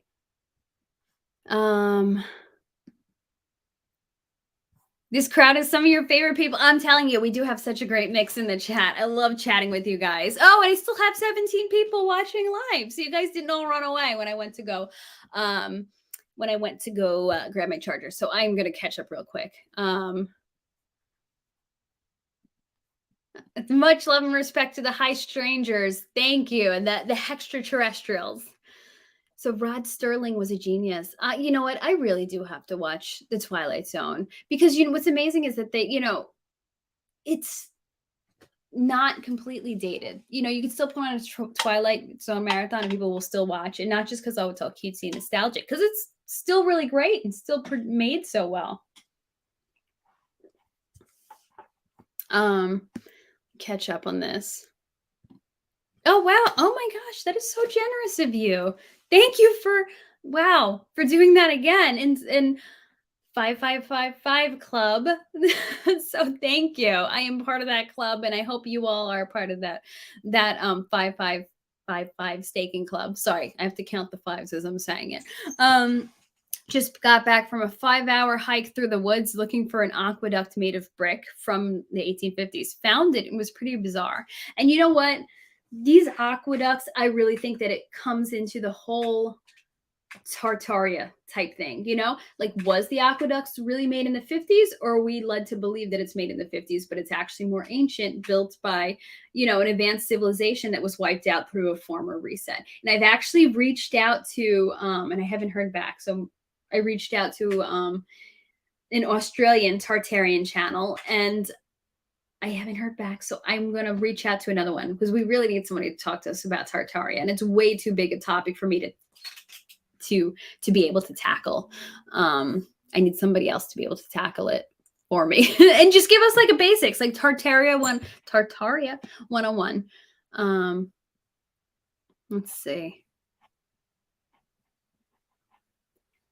So Insta, are you asking for my Insta? I haven't been active on it, but I should, but I guess because those are like my in real life people, and I don't know if a lot of them would be into this. So like, I don't really post anything that I do, so that that there's no. I mean, I don't mind you guys on my Instagram. I'm like, I just don't know about the real life folks seeing this stuff because you know what, everybody's got an opinion and everybody's got something to say, and I just want to do my own thing. But my Instagram is, I believe it's Ashley is Ash, and it's not me in the profile picture, it's a painting of me. So so I hardly post on it, but I do post in the stories sometimes. So the first picture of it, I believe, is me dressed like Randy Quaid from no, not A Christmas Story, Christmas Vacation. Shitter was full, so that's yeah. There I am on that. That's the first picture that you'll see in there.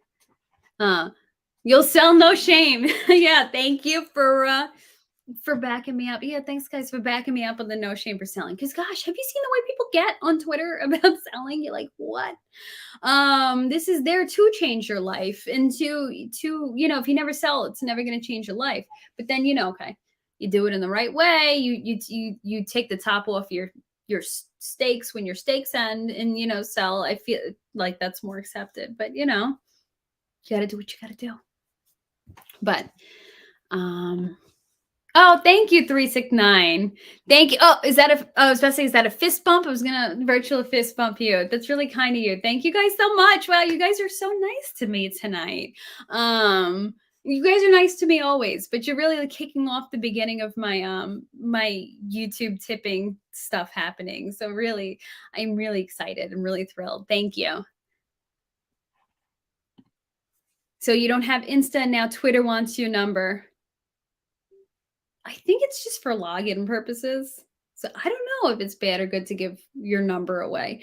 I give my number out to these things because sometimes they need it for two-factor authentication. By the way, nowadays with everybody trying to get into your accounts, I would enable that in every account that you can. The two-factor authentication. I always want to say authentication. So many topics. Oh, there really are. There's so many things I want to talk about. So I thought, it would be fun to just chat with you guys, what you guys are into, whatever stuff we can talk about here. So yeah. So thanks for being cool with it, just being randomness tonight. Total wild card, because I like this. It's fun to just be able to go back and forth to the chat. So Drix says, if you're into the Outer Limits and Black Mirror, Tales from the Loop on Amazon is up your alley. Based on illustrations. Oh, that sounds good. I haven't watched Black Mirror, but I'm like, I need to watch all these because all this stuff is up my alley. And I do like short stories. I like reading short stories. So why not like kind of watch them, watch them in this format. I think what is it? Philip K. Dick's Do Androids Dream of Electric Sheep is another one on Amazon Prime. I tried to get into it. I couldn't get past the first episode, but I want to give it another try. Because I do like short stories. In terms of books, man, Stephen King's Night Shift. Wow. Read that in high school under the desk instead of paying attention. I still remember how intense some of those stories are. I think Jerusalem's a lot. Um, I think really scared me from that one.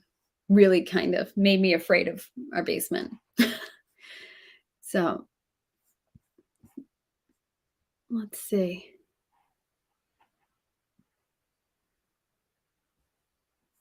Oh, look, I like the little ant emojis. So cute. Like I said, no shame in selling. I personally wish back in the day didn't buy those t-shirts and beach towels with Bitcoin. It hurts to it's like buying a Bitcoin or pizza, or like now the Hex pizza, man. Or like all those people who bought drugs with Bitcoin when Bitcoin was like what? Like less than $1. And now like that's some expensive drugs. Is ET flipping you off? Well, that's his finger, right? Ouch. Oh, but maybe while I was gone. But what are those books? Oh, yeah. So I mentioned them earlier. So these books, and guys, I'm sorry I'm so behind on the chat, so I'm trying to catch up quickly. So these books are some of my favorites. So it started with Weird New Jersey. Actually, Weird New Jersey started with a magazine. And the magazine is still out there. I would check it out. I bought one before, but the magazine focuses on Jersey. So they ended up writing a book called Weird New York, and Weird New Jersey. So, which talks about urban legends and myths and different weird places and all this strangeness in New Jersey. And then they branched out into all the other ones. And I believe Barnes and Noble put this out. Because yeah, some of them are Sterling, some of them are Barnes and Nobles, but Barnes and Noble. So I saw them in there. And so it used Barnes and Noble that day like a what's it called? Like an Amazon showcase, and instead went home and bought it on Amazon or eBay. I bought Weird New York, and Weird New York has been amazing for me because that is what introduced me to places like the UFO, the capital of the East Coast. It's like 2 hours away from me, Pine Bush. I learned about it in there. I believe I learned about a bunch of Montauk weirdness in here. So it's really introduced me to so many strange things in the area. So I ended up buying a bunch of the set. And I don't think they did it for all 50 states. Some of them are combined. Like there's Weird New England that they've combined into a bunch of things. But I have about maybe 14 of them. I don't know, 13. And I would love to complete my collection. But so yeah. I would totally recommend looking your state up. Some of these are written better than others. I find the ones written by these guys, Skirman and Moran, are the best ones. But I would go on eBay because they might be out of print, and just look up your states. Put weird whatever. If you were from Kentucky, put weird Kentucky and see what comes up and buy the book. Weird Kentucky, I'm sure, is full of a lot of strangeness. Thinking about those Hopkinsville aliens, goblins. But yeah, amazing. I love them. So I felt like it was appropriate to put it on the shelf behind me here. So I still need to do some styling of the shelf, but it'll change around. I kind of wanted to put Ripley. I have a Ripley Funko, but I'm like, you know what? Maybe I should keep it a little classier. So we'll see.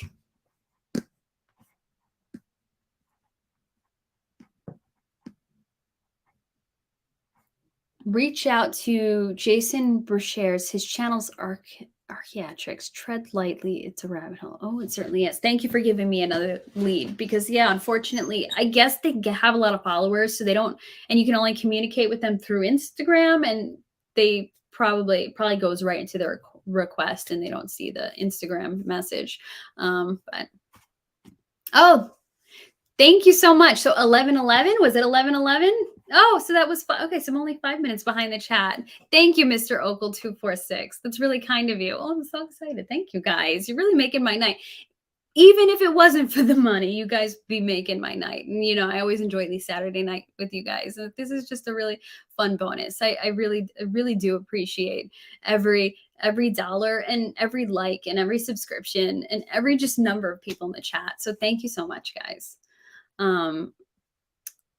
Yeah, we are East Coasters. Me and Mr. Okel are or over here on the East Coast, I am in the New York City area, if my accent has not given it away, which I like to think I don't have an accent, but we won't talk about that.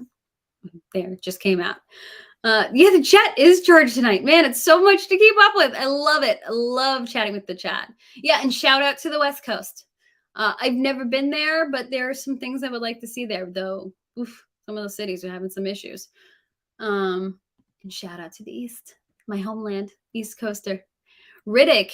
Hey, Ashley, and all the people from Europe. I can't sleep and just popped in. Okay, so are you European and you can't sleep, or you're an East Coaster who goes to bed early? I'm gonna guess you're European. Thank you for coming in tonight, Riddick. And I hope, but to say, I hope I can lull you to sleep. But then does that mean I'm boring? But then I hope you sleep well tonight and the aliens don't bite. You've got me wanting to read Sphere again. I keep thinking about it. I love it. It's so good. Imagine, and I was gonna say something, but then that kind of gives it away. But I would say it's relevant. I would say it's relevant to some topics in society today. But Sphere and the book, like most things, the book is so much better than the movie. But I still enjoyed the movie. Like the movie, as a kid, I was like, whoa, I was blown away by it.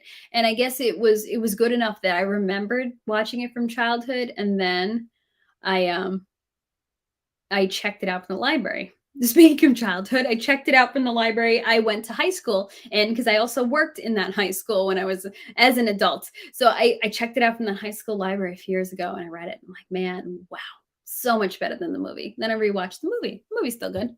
But man, Michael Crichton, I want to read more of his stuff. Oh, there's another one. I think is it called Prey, which is like about nanobots. I'm like, that sounds good. I think I used to have nightmares about nanobots, but I guess, yeah, leave it to me to have nightmares about nanobots. The Black Mirror episode, Ron Howard's daughter, is good. That actually is one of the reasons I want to watch Black Mirror, because I love Bryce Dallas Howard. She is such a fantastic actress. I'm like, she's got to be good in Black Mirror. Oh, thank you. I appreciate that. I like chilling with you guys, and I'm glad that it's chill and not too over the top for you guys. What is the Texan engineer's name who was on Skinwalker Ranch and some ancient aliens? I feel like we can onboard him. Interesting. I don't know who that is. I'd have to look into it. But yeah, onboarding some Skinwalker Ranch people. I'm telling you, I definitely do plan to get some Skinwalker Ranch people on. Comedy recommendation, Napoleon Dynamite. That is a classic. Yes. And also War of the Roses. I would throw that in there too. I mean, you put Danny DeVito, Kathleen Turner, and Michael Douglas. Can't remember his name for a moment. All together. That's a good combo. They should have done more movies together. Shout out Nanobot Andy. Nanobots. Ranch. Yeah. Oh, I don't know if I'm a big fan of ranch. I don't know. I like it, but I'm like, it feels so artificial, but sometimes it's good. Oh, somebody once taught me though to put ranch on a baked potato. That never forgot that. That was a game changer. I don't always do that. I usually just take a potato, grab it with that by my hand, eat it plain with the skin, but it's got to be an organic one. You know, when I do want some carbs, no butter, nothing, just boiled in salted water. Just eat it like a candy bar. Love that. Make sure it's organic if you're eating the skin. So yeah, you guys tell me anything else you want to talk about tonight. So Riddick, I am European. Since you like sci-fi, do you like the Stargate series? My favorite one. I saw the movie as a kid and I enjoyed it, but I do want to revisit it. You know what? I think so. What was it? Stargate SG-1, right? Was the long running series? Was that a Sci-Fi Channel series?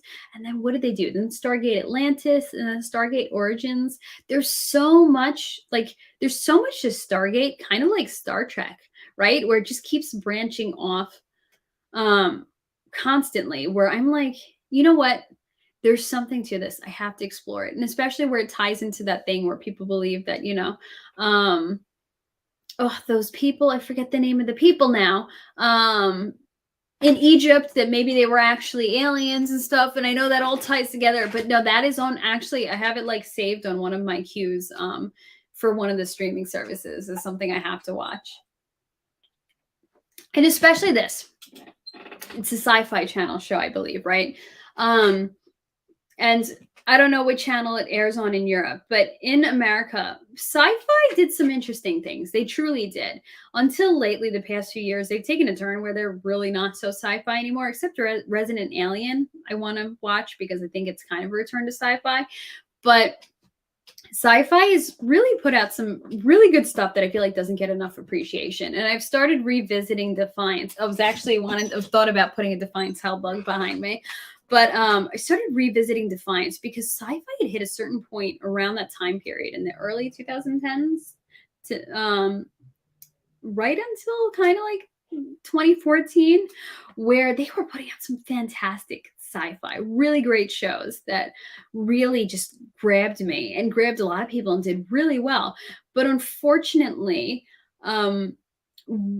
what happened was I heard there was like a changeover with the people that run sci-fi, and they wanted a clean slate, and they wanted to wipe almost everything clean except Z Nation. So they pretty much wiped everything, canceled everything, even though like I think Defiance is one of the best performing shows on the channel. They got rid of it. So to me, that was the decline of sci-fi. When they did that, I was like, forget it. I'm first of all not watching any more sci-fi channel shows, but their quality tanked. But man, I am so interested in anything from that time period and before. So that's another reason I want to check out Stargate. But I'll end the sci-fi rant right there. Let's see. Hoodwinked 2005. Was that animated movie? No, I'm going to look it up. Hoodwinked 2005. Okay, it was. Okay. Computer animated musical comedy. Okay, so you're saying watch it for a laugh. Okay, well, thank you for the suggestion. I do like a good laugh or a good animated movie. Hotel Transylvania was really cute. For a while, my dad is like, you know what? Let's all sit down and watch Hotel Transylvania together. And I thought, really? I'm like, I wasn't sure. I'm like, it seems like maybe it would be too much of a kid's movie, but I watched it, and he was right. It was so cute. It was so fun. So really are a few great animated ones sometimes can be deceiving. Like, like, is this kid like? But there are they put in jokes for all ages, I guess, to be able to capture somebody. I feel like there was another really great animated movie I've seen relatively recently. I did like Despicable Me. I've seen Despicable Me 1 and 2. I did like that. I know people don't like Minions, but that was pretty great. I love the main character, Gru. He's adorable, Gru. Let's see. Oh, you like Defiance? I'm telling you, man, Defiance has my heart. Did I ever tell you guys what I did with the Defiance auctions? So when Defiance ended, Sci-Fi Channel sent a bunch of stuff to an auction house and then auctioned it off to the fans, which is also kind of sad because I ended up finding finding out after the fact, some of the actors really wanted certain pieces that were like important to their character. And they wouldn't let them have it. Instead, they auctioned it off to the fans, which is kind of a bummer. But then I'm like, they got the money to buy it and bid against us if they wanted to. And I found out, one of the pieces that I did buy, I was bidding against, I think, one of the actors. And we both let it go because it got too high. But yeah, when Defiance ended, I was working as a teacher. And I had some spare cash at the time, and I went and I bought up a bunch of the costumes and props and all this cool stuff from Defiance. So I am such a Defiance fangirl that I went all out, and I have this like mini Defiance museum. Basically, I don't have it on display right now. I don't live in the right place for that, but my hope is when I do, I'm gonna have a mini Defiance museum. Oh my gosh, maybe one day I got to bring some of my Defiance stuff into the chat. I wish it was available streaming. It used to be streaming on Amazon Prime, but man, they were able to wrap it up on a note that did seem like they were wrapping things up, but it also seemed like the ending of a chapter, like they could have done more with it. So that's one of those heartbreaking cancellations, kind of like Firefly, but not as bad as Firefly. Moonfall, was it the one with Patrick Wilson? I have to look it up now. So I think I did want to see that. You want something really scary? Watch Wall-E. Is that because it's coming true? With the people riding in the chairs looking at tablets, right? Dune. I see a lot of people talking about Dune, the original series, and the current movie. I didn't get to see the current movie. When I was in high school, I tried reading Dune. I remember sitting outside in the bleachers just trying to, and it was just like a slog. I couldn't do it, and I stopped. And my mom was like, I had the same issue. She told me. So I'm like, okay, good. It's not just me who couldn't get through the book, but the movies look really good. I've heard some great things about the movies. I think at one point some of those DVDs were kind of valuable. I remember I used to flip stuff on eBay, and that was one of my flips on eBay. Altered Carbon. I think I watched an episode because my acting class, we were doing like the pilot of Altered Carbon. So I went and I'm like, okay, this seems cool. And I tried to watch the pilot, but I couldn't get past it. But Altered Carbon is something that I do want to get into and watch. Like the whole concept of the stacks and everything in different religions, like viewing the stacks differently, was a pretty cool storyline.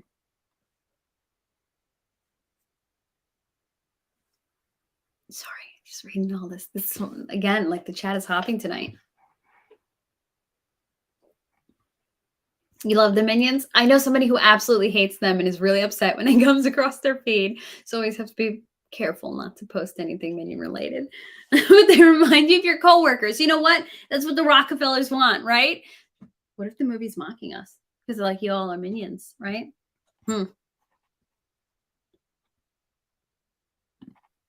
You said so many words on one subject that I didn't even understand what you meant. What I understood was that you like sci-fi and Stargate. Oh no, yeah. My thing was, I like Stargate and I like science fiction. And then I went off into a tangent about the Sci-Fi Channel because Stargate had the TV show Stargate SG-1 that aired on Sci-Fi, which then sent me into a sci-fi rant because I feel very passionately about Sci-Fi Channel and how they handled their TV shows. To the point where I was actually, I mean, I don't know if it was because of this, but I got invited to, what is that, 30 Rock, 40 Rock, whatever the number is, that famous building in Rockefeller Square. No, Rockefeller Center. I know, I live here and I don't even know it because it's like touristy spots that you don't go to. So I don't remember the names of these places. So I got invited there and they like did my hair and makeup and everything and even gave me a different outfit because they didn't like what I picked out. And I got to like go on camera and talk about Defiance. And then it was like for an internal video to give to their sponsors. And they were supposed to give me stills and stuff from that. And they never did. It was sad, but it was a fun experience. But look, there I am on a tangent. But basically what I'm saying is I like both of them. But when I talk about Stargate, it sends me on a rampage about the Sci-Fi Channel. Angry at them still.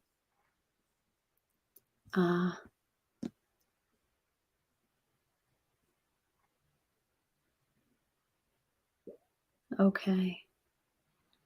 Wow. There's so many great movie recommendations. Let me tell you, if you were watching the replay and you go in initially at the beginning of the replay, it doesn't like completely process right away. You can't go and see the live chat, but after a while, usually by morning on the East Coast, the live chat comes up. And if you click into it, you can see everybody's movie recommendations. Everybody's like throwing out such great recommendations. So thank you guys for doing that. So any of you could come back and revisit those recommendations right here.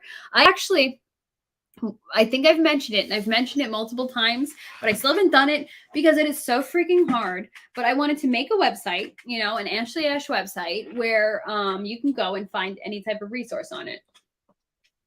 So basically, if we're talking about certain movies, we can do like a movie recommendation list so that you guys can come back and reference it. Or we're talking about preparedness. I can put all the materials that I'm referencing or books that I'm referencing in there so that you guys can easily find it. So I want to make it like a resource website. Unfortunately, I thought it would be easy. It's hard to make a website. I feel like I used to I kind of figured it out in the past. Like I made a blog website that I put out and I never ended up using. But like I cannot wrap my head around it.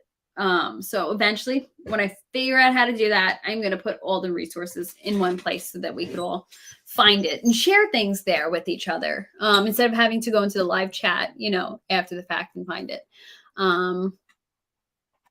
Death on the Nile. I have not seen it, but I want to see it because I think Daisy Ridley is in it. So I'm curious to see what she's done outside of Star Wars.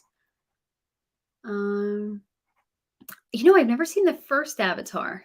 I have it. I've had it for years because, like, in 2011, I bought a 3D TV and a 3D Blu-ray player, and that was like a free thing with 3D Blu-ray player, but I never watched it. Because I'm like, is it trying to?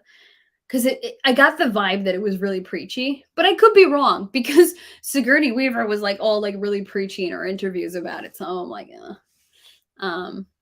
great actress, but she can be a little preachy. So I think maybe she kind of turned me off from it, but I still have to revisit it because it's James Cameron, man. Aliens, Terminator 2, So I'm like, I got to see it because it's James Cameron. Let's see.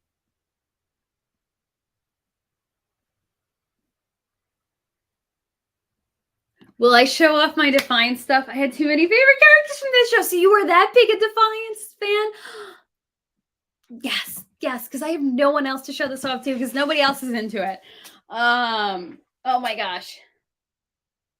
I'm wondering, should I go and get it now?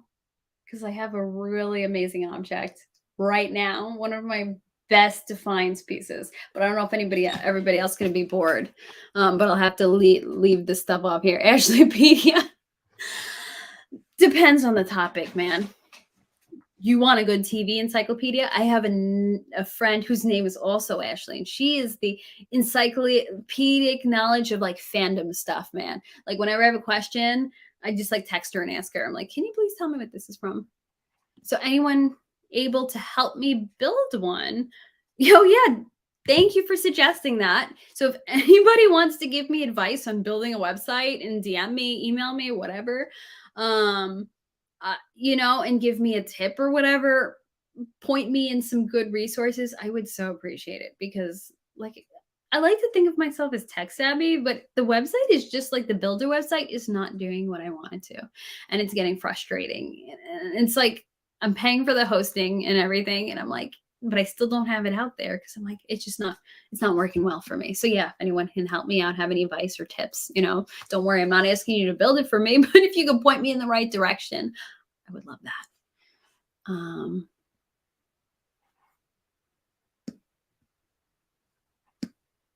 Oh, so you might be able, thank you so much. Yeah, like, listen, if you have any tips or advice or if you can point me in the right direction, I am just like stuck. It's not doing what I wanted to. I know what I want the website to look like, but like I can't make the things happen,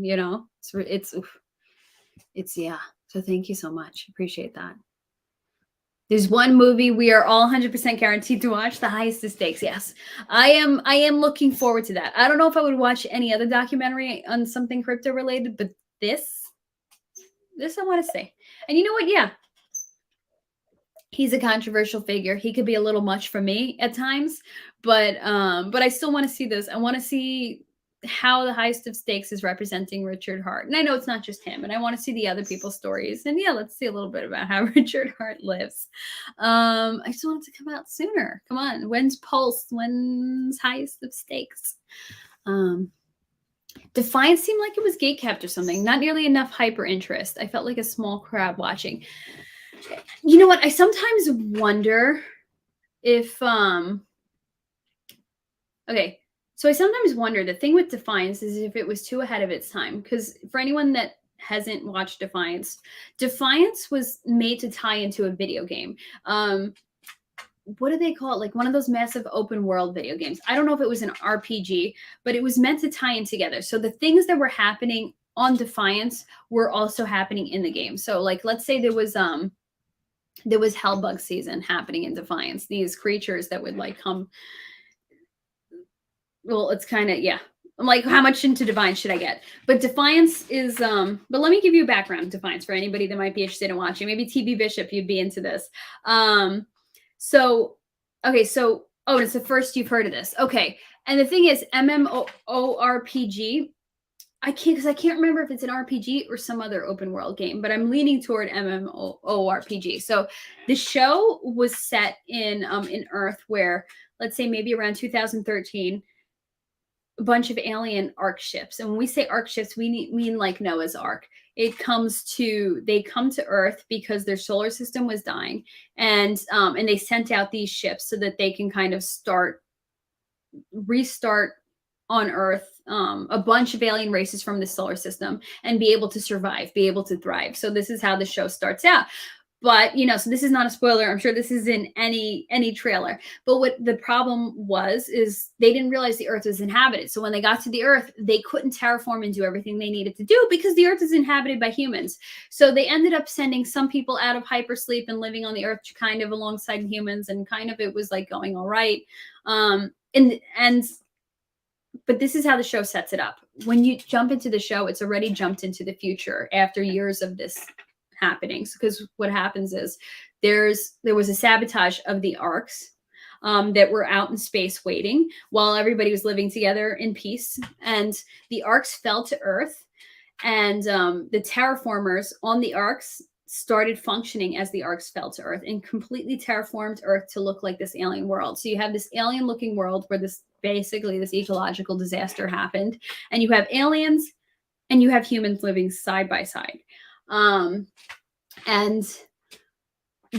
so you have that happening. And I'm sorry, my brain is like going 5,000 different places at once because I love this. This is one of my favorite shows of all times. So that's what the concept of the show is. And then the show, so what I mean is that it's ahead of its time. The show had an MMORPG to go along with it. So part of the terraforming that would happen was that these Earth creatures would become warped and mixed with alien creatures. And you would have this creature called a hellbug that would completely eat and destroy people. So when the hellbug season was happening in the show, they made it happen in the video game at the same time. So I believe it was for 2012, 2013, for right now, that's a cool concept. And at the time it was cool, but it was kind of too ahead of its time for that time. But the two tied together and was made to tie together. So I think that was part of what you're talking about with the gatekeeping that happened. Why it wasn't pushed was, I think it was too far ahead of its time. But I have to say, it did really well. It had very high ratings on sci-fi. It was like one of the best rated show for a certain category. It was the best. It was the number one show in sci-fi. It got pulled because of the changeover in the network executives. Now, new network executives came in and are like, no, we're doing our own thing. So that is the story with Defiance. And that was canceled abruptly. So they had already finished filming it when it was canceled. And unfortunately, sometimes that leaves you on a cliffhanger. Thankfully, in this case, it wrapped it up in a way that works, but kind of did want more from it. But I bought so much from that show, and I have such like amazing pieces. If you're a Defiance fan, like significant pieces from the show. But yeah, which I will have to show in here. But any other shows? Firefly, Invasion. My family's into Jericho. I haven't seen all of that, but another one that was canceled abruptly. The 2009 version. I'm sure I can name a few others, but those are the ones that come to mind. Basically, if this is a show I like, that means it usually gets canceled abruptly. Am I the bad luck charm? Oh, you know what? Yeah, it's interesting because that used to stream. Now I wonder if it's not streaming anymore. And you wonder, why is this stuff pulled? Yes, I know there's contracts, but sometimes there are things in this show that hit a little too close to home now. And there are some, I think, themes in that show that might, so they pull it off of streaming. Because let's not let people think. In sci-fi, one of the great things about sci-fi is it makes you think. It makes you make connections in your mind. Okay, there's two Roswells, right? They have the remake and they have the 90s version. 90s version did well. I think they just unfortunately canceled the remake. I haven't seen either. But Julie Benz, I think, who was in Defiance, was also in the original Roswell. I like the old DOS strategy game, UFO Enemy Unknown. Oh, that sounds right up my alley.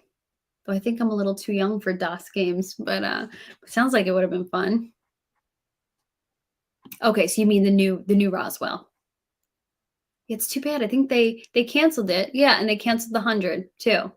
All the good sci-fi shows. And again, I've said it before, but and some people like don't grasp it and think I'm insane when I say it. And when I'm like, sci-fi shows you certain things. You know, and not in the sense mystical, like, oh, it's teaching me, it's showing me. No, no, no. Sci-fi is made to make you think, to make you like, question things in the world around you, to open your eyes to what's going on in the world around you. So I think sometimes though that becomes a threat, and that's why these shows get canceled, or that's why they get ripped off streaming abruptly out of nowhere.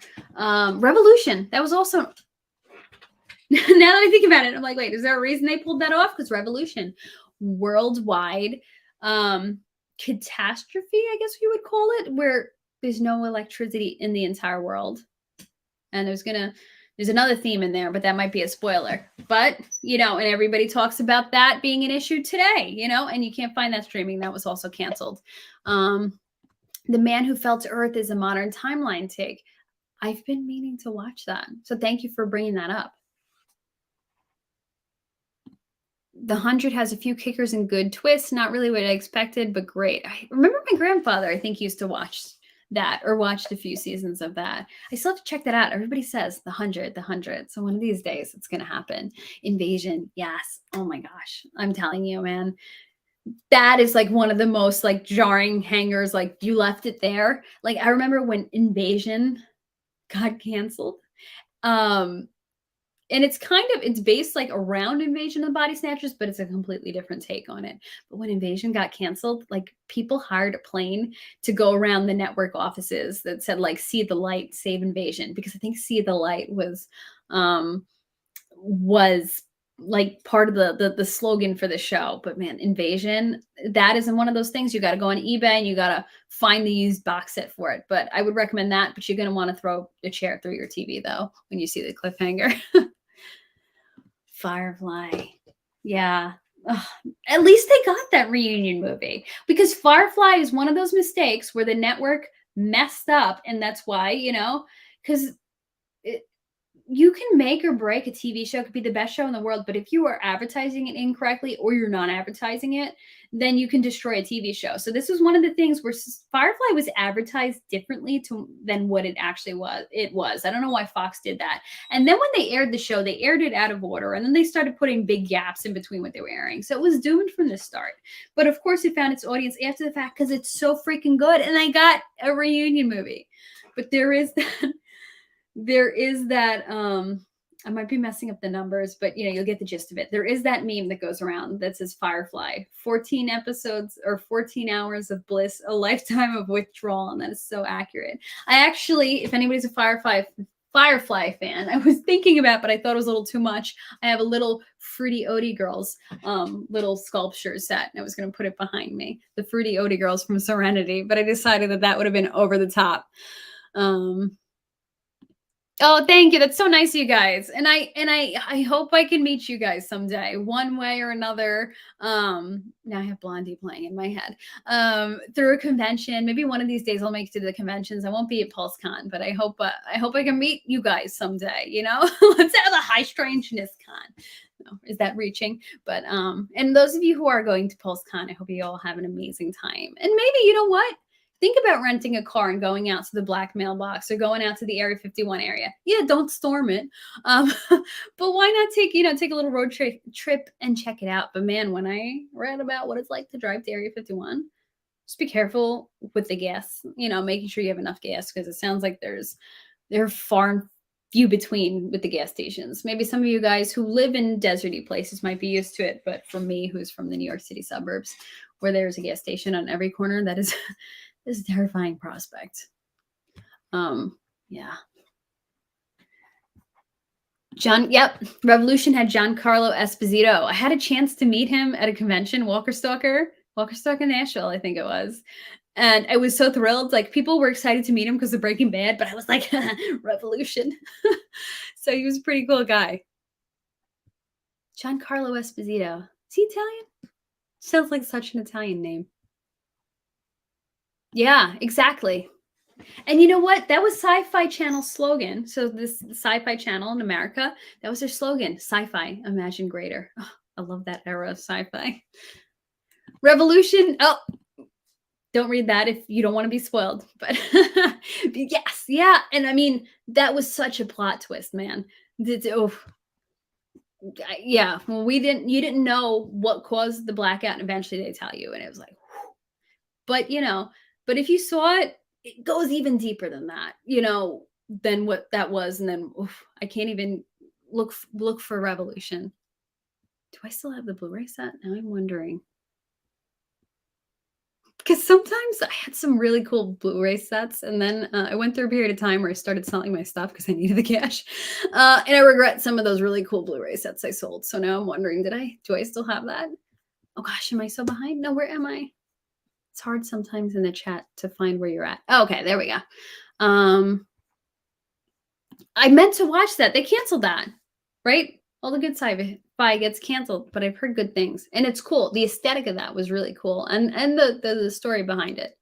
Oh, I'm thinking of the live action Netflix one and not the actual anime one. Okay, because I don't watch anime, so I'm not familiar with it from that perspective. But I've been meaning to watch the live action Netflix one. Torn, I haven't seen Firefly. I meant to watch it. I'm putting it at the top of my list. Oh, wait, withdrawal. Maybe not. No. Do it. Do it. As soon as you get off, just watch it. I don't care if you got to buy it digitally. Watch Firefly. Here's the thing. First 2 episodes could be kind of slow, but it's still cool enough to keep you watching. But after that, then it's boom. Oh, my gosh. And then when the movie, it's, yeah. Oh, love it. Gosh. Miranda. I'm thinking of the Fruity Oaty Girls moment for anybody that's seen Miranda. I think I went around for anybody who's seen Firefly. I mean, in Serenity, I think there was a period of time where I definitely went around, not in an insane way, to anybody who understood the reference. Would just randomly go, Miranda. Sarah Connor Chronicles, Terminator to Sarah Connor Chronicles. By the way, better than the movies. Highly recommend watching that. No, I didn't hear that. I'm not big into superhero movies. But I could see that. I could see him as Professor X. He seems like he'd make a good one. Am I going to show my Defiance piece I got handy? Oh, you were tempting me. All right. And I know Torn's going to like this. And you know what? And I hope it makes you all watch Defiance. But I'm like, how much can I say about this without being a spoiler? But this is one of my best Defiance pieces. So give me a moment. And while I'm getting it, I just want to tell you something about it.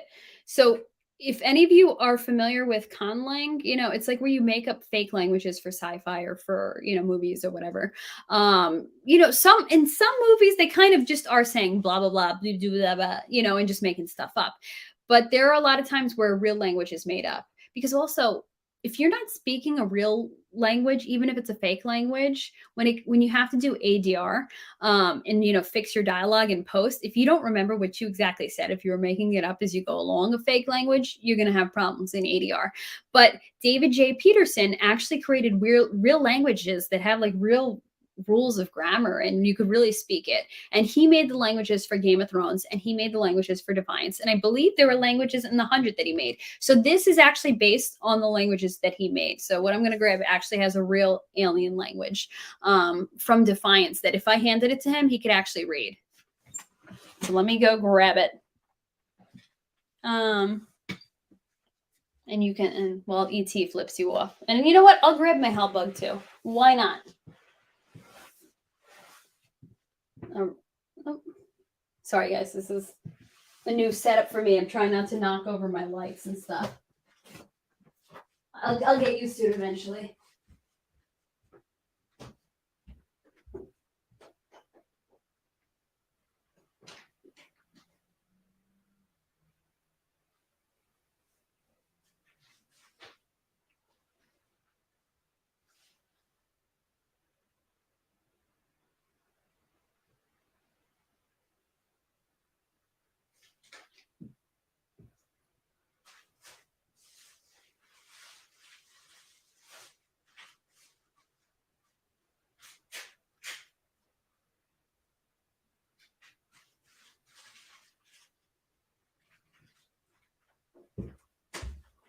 All right, I am back. And I am back with the Hellbug. But yeah, I think you might have to buy this TV show digitally, but it is worth it. And again, stick with it. You know, if you don't like the first few episodes, if it doesn't grab you, it gets really good. It's one of my favorites. Okay, so I'm stuck to my desk. Okay, my shirt got caught. First of all, since we're talking about Defiance, I got to bring a Hellbug into the picture. This is the miniature version of the Hellbug. Okay, and then here's my Defiance piece. This looks like I lost the person when I disappeared. Okay, I have to unwrap it here because you know what? It's a really wild piece, and I'm sure it's delicate. But you know, they give you little COAs which have the episode in it. So this is Amanda Rosewater, the Mayor of Defiance. She had an Olmec history book. So this is a history book about the Olmec, which it was one of the alien races, one of the alien Votan races that came to Earth. So this is my Olmec history book. And I love this piece because what I like is the detailing that they did. Every single piece that I have, you know, it looked good on TV, but then when you see like the effort they put into it, and you know what, I've seen the Game of Thrones. I went to a fan premiere for Game of Thrones and they had the costumes on display. I have to say that level of detail was incredible because those were HBO budgets. But this they were working with Sci-Fi Channel budgets, you know, and they were in Toronto, so they, you know, they were on location. I'm sure there were a lot of expenses, but even with that, like what they put together with whatever budget they were working on was pretty brilliant. I mean, and it looks, this is amazing, just the way it's woven through the laces.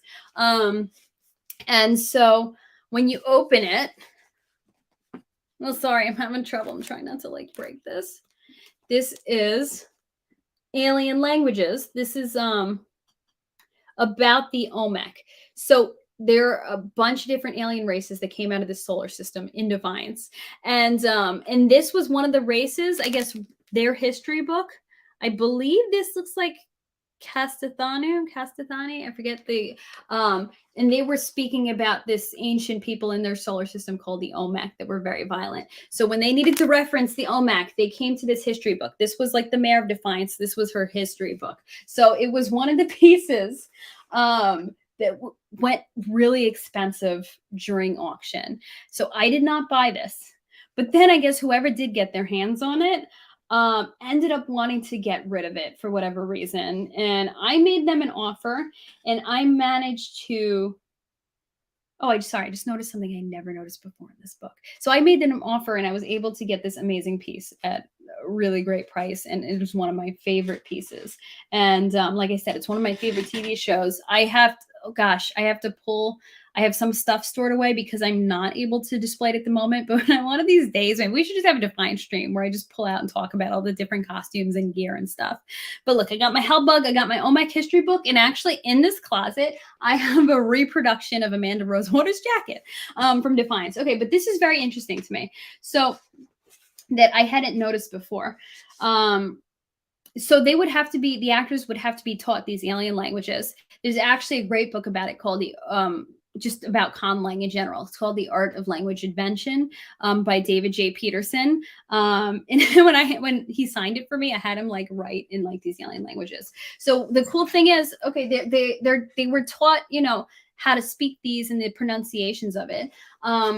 But, you know, it's hard. So what they did was, apparently this must have been the page that the actors opened up to when they're reading. Because if you look towards the middle, right here, they have like a phonetic translation. Because obviously, you know, this Castithan script, they probably don't know how to read it. You know, they just taught how to pronounce things and what they mean. So when the actors were all looking at this, looking up Olmec history, instead of putting a piece of paper with the pronunciations in it, they actually just printed it right into the book. Like, here's the phonetic translation. That way you can look down at it and flip the pages, and then you can just read off here. So apparently this is what, you know, I believe Grant Bowler and Julie Benz, and I don't remember who else was in that scene, what they were reading out of.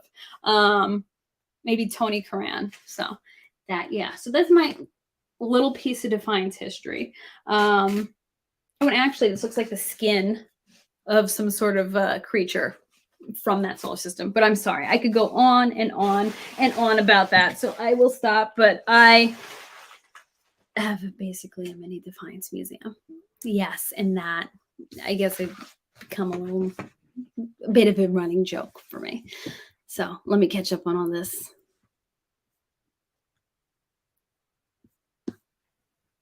Oh, ET just flipping you off right there. Well, now you got a hell bug. Just make sure it doesn't bite you. Oh, thank you. That's really nice of you. Thank you, Torin. Yeah, and thank you guys for appreciating my Olmec history book and for letting me geek out over it, because I never get to geek out, and I've had that hidden away for a while. Hidden away, not because I was hiding it, just so it didn't get damaged. But yeah, I keep it separate from all the rest of my Defiant stuff because I think that is one of the coolest pieces to have. One of them, we're actually doing a con in a couple hours away from me, and I like so badly wanted to go to the con and pose with her and be like, here, can we like take a picture and pretend like we're reading this, you know, like the scene. I wanted to completely geek out, but no, didn't work. I couldn't go this weekend, but one of these days this will happen. Yeah, but yeah, thank you for for humoring me in that. Yeah, so oh, good. So you have them both on your streaming service. Where are you located? So which streaming service is it? Because in the United States, I feel like they pulled both of those from streaming services. I have them because I bought them on Vudu, but so I haven't paid attention to who actually has them or not. I need to zoom on a page and post it. Yeah, I should post that to Twitter sometime. It's cool. I think in the past, you know, it's funny. I've used that to be like, I used to tweet at David J. Peterson, what does this mean? Because I bought an apron that had some writing on it from Defiance. And then it's like, oh, it means, and you know, I'll edit it for YouTube. It means F the cook. So, you know, it was cool because I used to sometimes post things to ask for a translation. And he was always so cool to give it. So I should post a close-up page of the stuff from Defiance. Oh man, can you imagine? Oh gosh. They'll be like, oh, were there aliens? Is this a civilization? An alternate civilization on Earth? So your streaming service is Kodi and torrents are add-on with Pirate Bay. Stream while it's torrented. Don't have to wait. Interesting. Okay, so that's each their own. I prefer legal means of accessing, but maybe that's because, you know, because I love TV and movies and I kind of just wanted to you know, pay for the service and show them that people are watching so that things don't get canceled. No disrespect. That's just my style. Let's see. Do I like the Harry Potter series? Let me tell you something. I never read Harry Potter as a kid. I'm reading it now as an adult. I haven't seen the movies. I had seen the first movie. And I never got through like the others. I would always fall asleep whenever somebody put on the Chamber of Secrets. And then one time, because I was I don't know, we were teenagers at the time when it came out, so my parents were out and they gave us money for a rental, so we went and rented the Order of Phoenix, and so I watched that with my sister. So that's all I've seen of the movies, but I've been reading the books and I am almost at the end of the Half-Blood Prince now, and I'm like, wow, now I get it. I wasn't totally interested back then, but I'm like, I see the craze now. So good. And I'm like, there's no way the movies could capture what's going on in the books, like most books, you know, even like the Hunger Games. Hunger Games was great. Oh, but man, that first half of Catching Fire is so good, and it's like none of it's in the movie. But like Harry Potter, like they could take that and make a whole TV series out of it. There's so much more in the books than what is in the movies. Like I said, I haven't seen the movies, but I've just checked and kind of tried to cross-reference a few things and look up and see what's in the movies, and I could see that it's just not covering what's in the books. So I know people would have problems because maybe they wouldn't like the casting of the TV show, but I think they should go back, make a TV show so they can cover more of the books, because wow, the books are incredible. Truly so good. Um,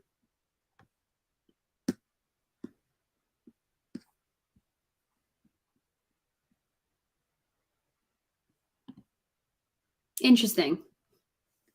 Yeah.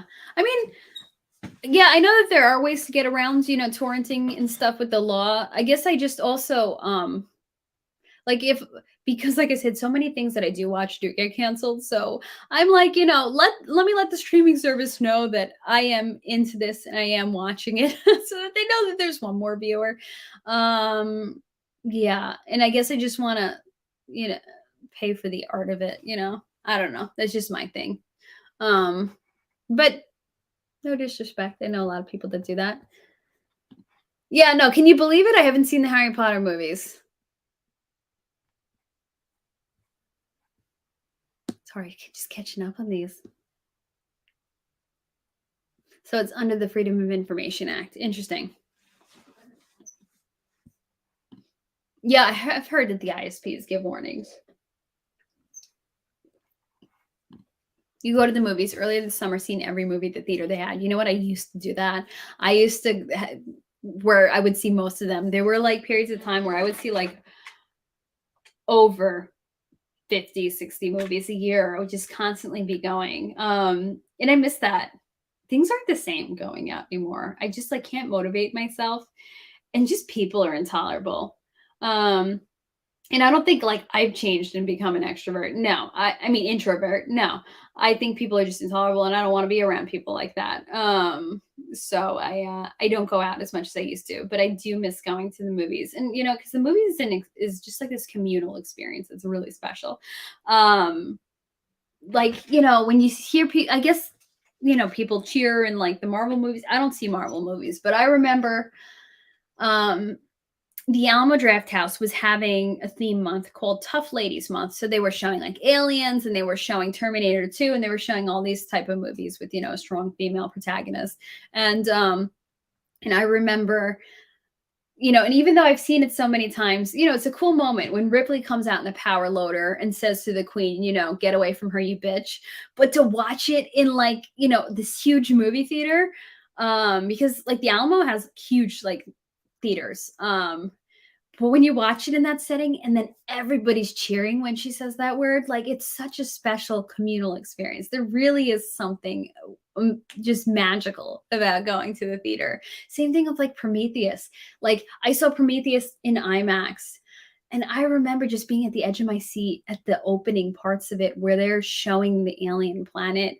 Cause to me, it felt like, and then all of a sudden I just stopped and like kind of took, so I was a little taken aback. I'm like, "Oh my gosh, I am watching this like with this amazement as if I was so immersed in the experience. I'm like, I am watching it as if I was actually like watching the first footage exploring an alien planet.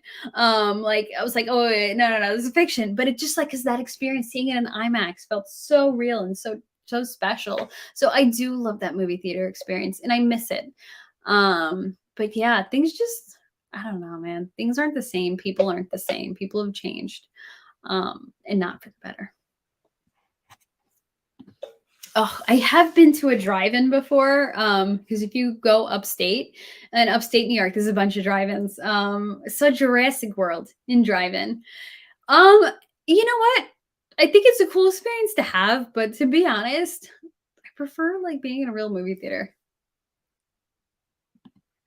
In the theater that has no assigned seating can sneak into the next movie after watching one. Oh, that's funny. You know what? I like assigned seating nowadays because I like that you can pick out a seat near nobody because it's people can be just obnoxious in the theater. Um, and but yeah, I see what you're saying with that. Gosh, talk about another one of those communal experiences, movie experiences. Conjuring. I just went and saw The Conjuring on opening weekend. Hmm. Might have been opening day, and they packed the theater so much, and I guess because it was like assigned seating, people couldn't sit next to who they wanted to. So instead, they like abandoned their seats, and people were like sitting in the aisles. But let me tell you, you could cut that tension with a knife. I've never been in a movie theater setting where like everybody felt on edge. First of all, movies don't scare me, but that movie really, really like puts me on the edge of my seat, really makes me tense because like it's real life stuff, The Conjuring. But I mean, this was like, it wasn't like, a jump scare type movie. I mean, it has its moments, but it wasn't. So it was the entire theater just like, and you could feel the tension, and it was amazing. And people were sitting in the aisles because they, weren't able to sit with their friends. It was the old days when things were still normal. And you know what? I'm sorry to break it to you, but we are not going back to that. This is a false sense of things being as they were. It's never going to happen again. We are in a new place and people are different. People's minds are different. And it's a false sense of normalcy that we have. And I'm not saying because other bad things are going to happen. Yeah, probably other bad things are going to happen. But I'm just saying there's just this air that it's this veil. There's this false sense of normalcy being put around us. But if you go back to these old things we used to do, nothing feels the same. Went to a concert, just don't feel the same. Something's up. Let's see. Oh, you're an antisocial extrovert. You know what? I feel like I've become more antisocial these days because I can't stand anybody. I can't stand all this new behavior, what people have become. People have showed their true colors and they've stuck with it. So I'm like, I can't. It's too much.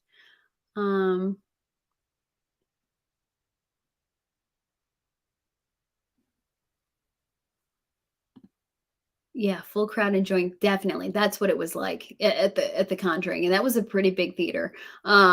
And yet everybody was just into it. Everybody was engaged, and I was so upset because Alamo Drafthouse is very specific. That wasn't at the Alamo. That was like at a Regal, I think, or Showcase. It's now Showcase. I don't remember what it was. Cinema Deluxe at the time. And then it went to the Alamo, which is supposed to have great rules about the fact that they'll throw people out for talking. And there were such obnoxious kids sitting next to me during The Conjuring 2. That completely ruined the experience. That ruined the tension, and that was upsetting. Conjuring 2 was good. That was the Enfield, I think, haunting in England. Oh, shoot. 2 terabytes. That's intense. Though I do like the 3D experience. If I have an option in theaters, I will usually opt for the 3D version. Oh, that's interesting. See, I've never downloaded a 3D movie, so I wouldn't know. They're making a comeback, though. Drive-ins are definitely making a comeback, or at least around here.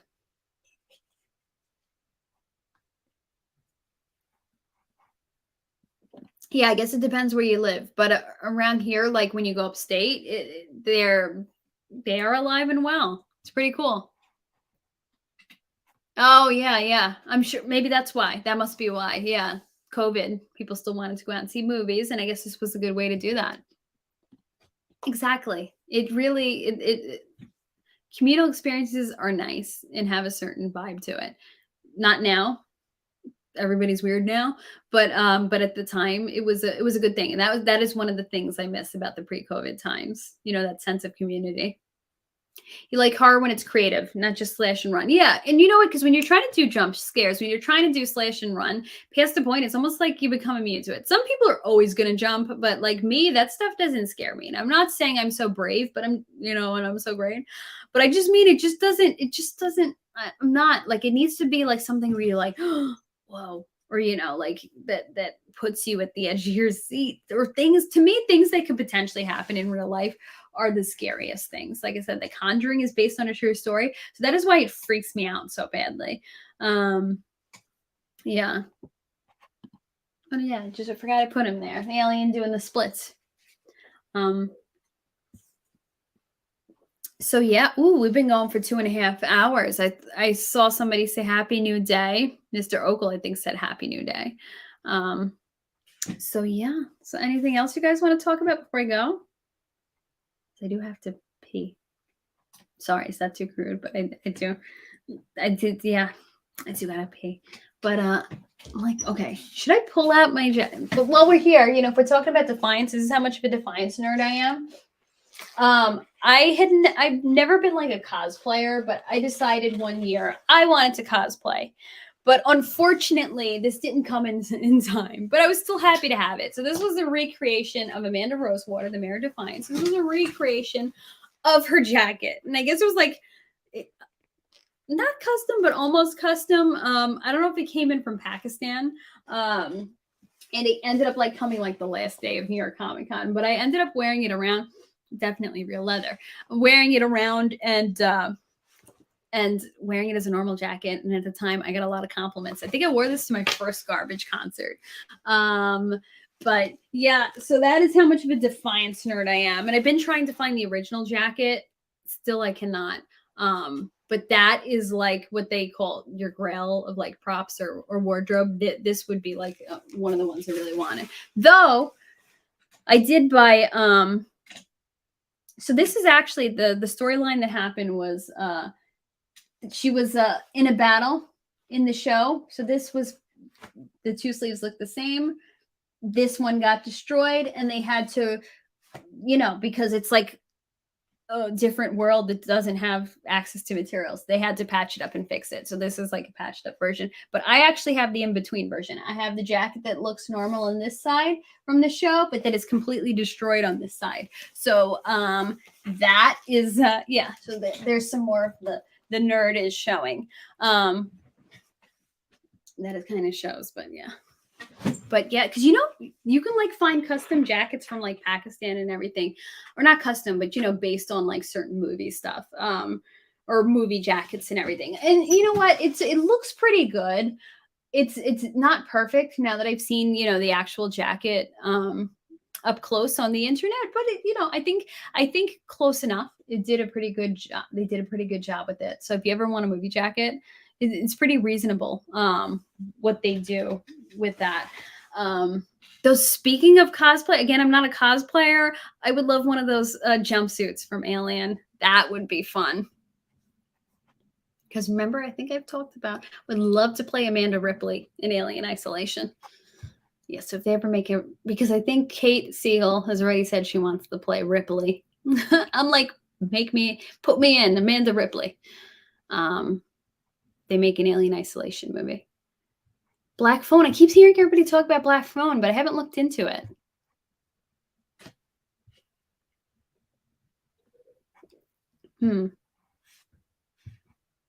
Like a good horror film, though. But this wasn't sitting well with you. But you may resume when bored. Okay. Black Phone. I mean, because like nothing I saw grabbed me. But I'm curious. I'll look into it. Yeah, so thank you for playing along, for placating my, my Defiance nerddom. You do leather work and been able to make some custom stuff for customers that was sci-fi show inspired. Oh, cool. But that must be hard. Is that hard to copy stuff like off a TV show like that? Because it's like you don't have the actual patterns in front of you. You're just going off a picture. That must be a lot of work. So what is that like? Did you like making your own gear? We're gonna have to talk about this sometime. Maybe you should come on a show and tell us like how you do this and what you do and the gear you make. I'd love to be able to discuss that with you. You had a nice lamb leather jacket that got torn up after an altercation in a bar. You plead the fifth. Doesn't sound like you're pleading the fifth. Sounds like you're admitting something. Lamb leather. Does that mean it actually comes from a lamb? See, there's a thing. I do like animal products, but then it's sad when you think about the animal. Like my animals anonymous. Poor animals. But the leather is nice. Like, can't we just take the animals that keel over, like, and naturally and use their leather? Is that a thing? I don't know.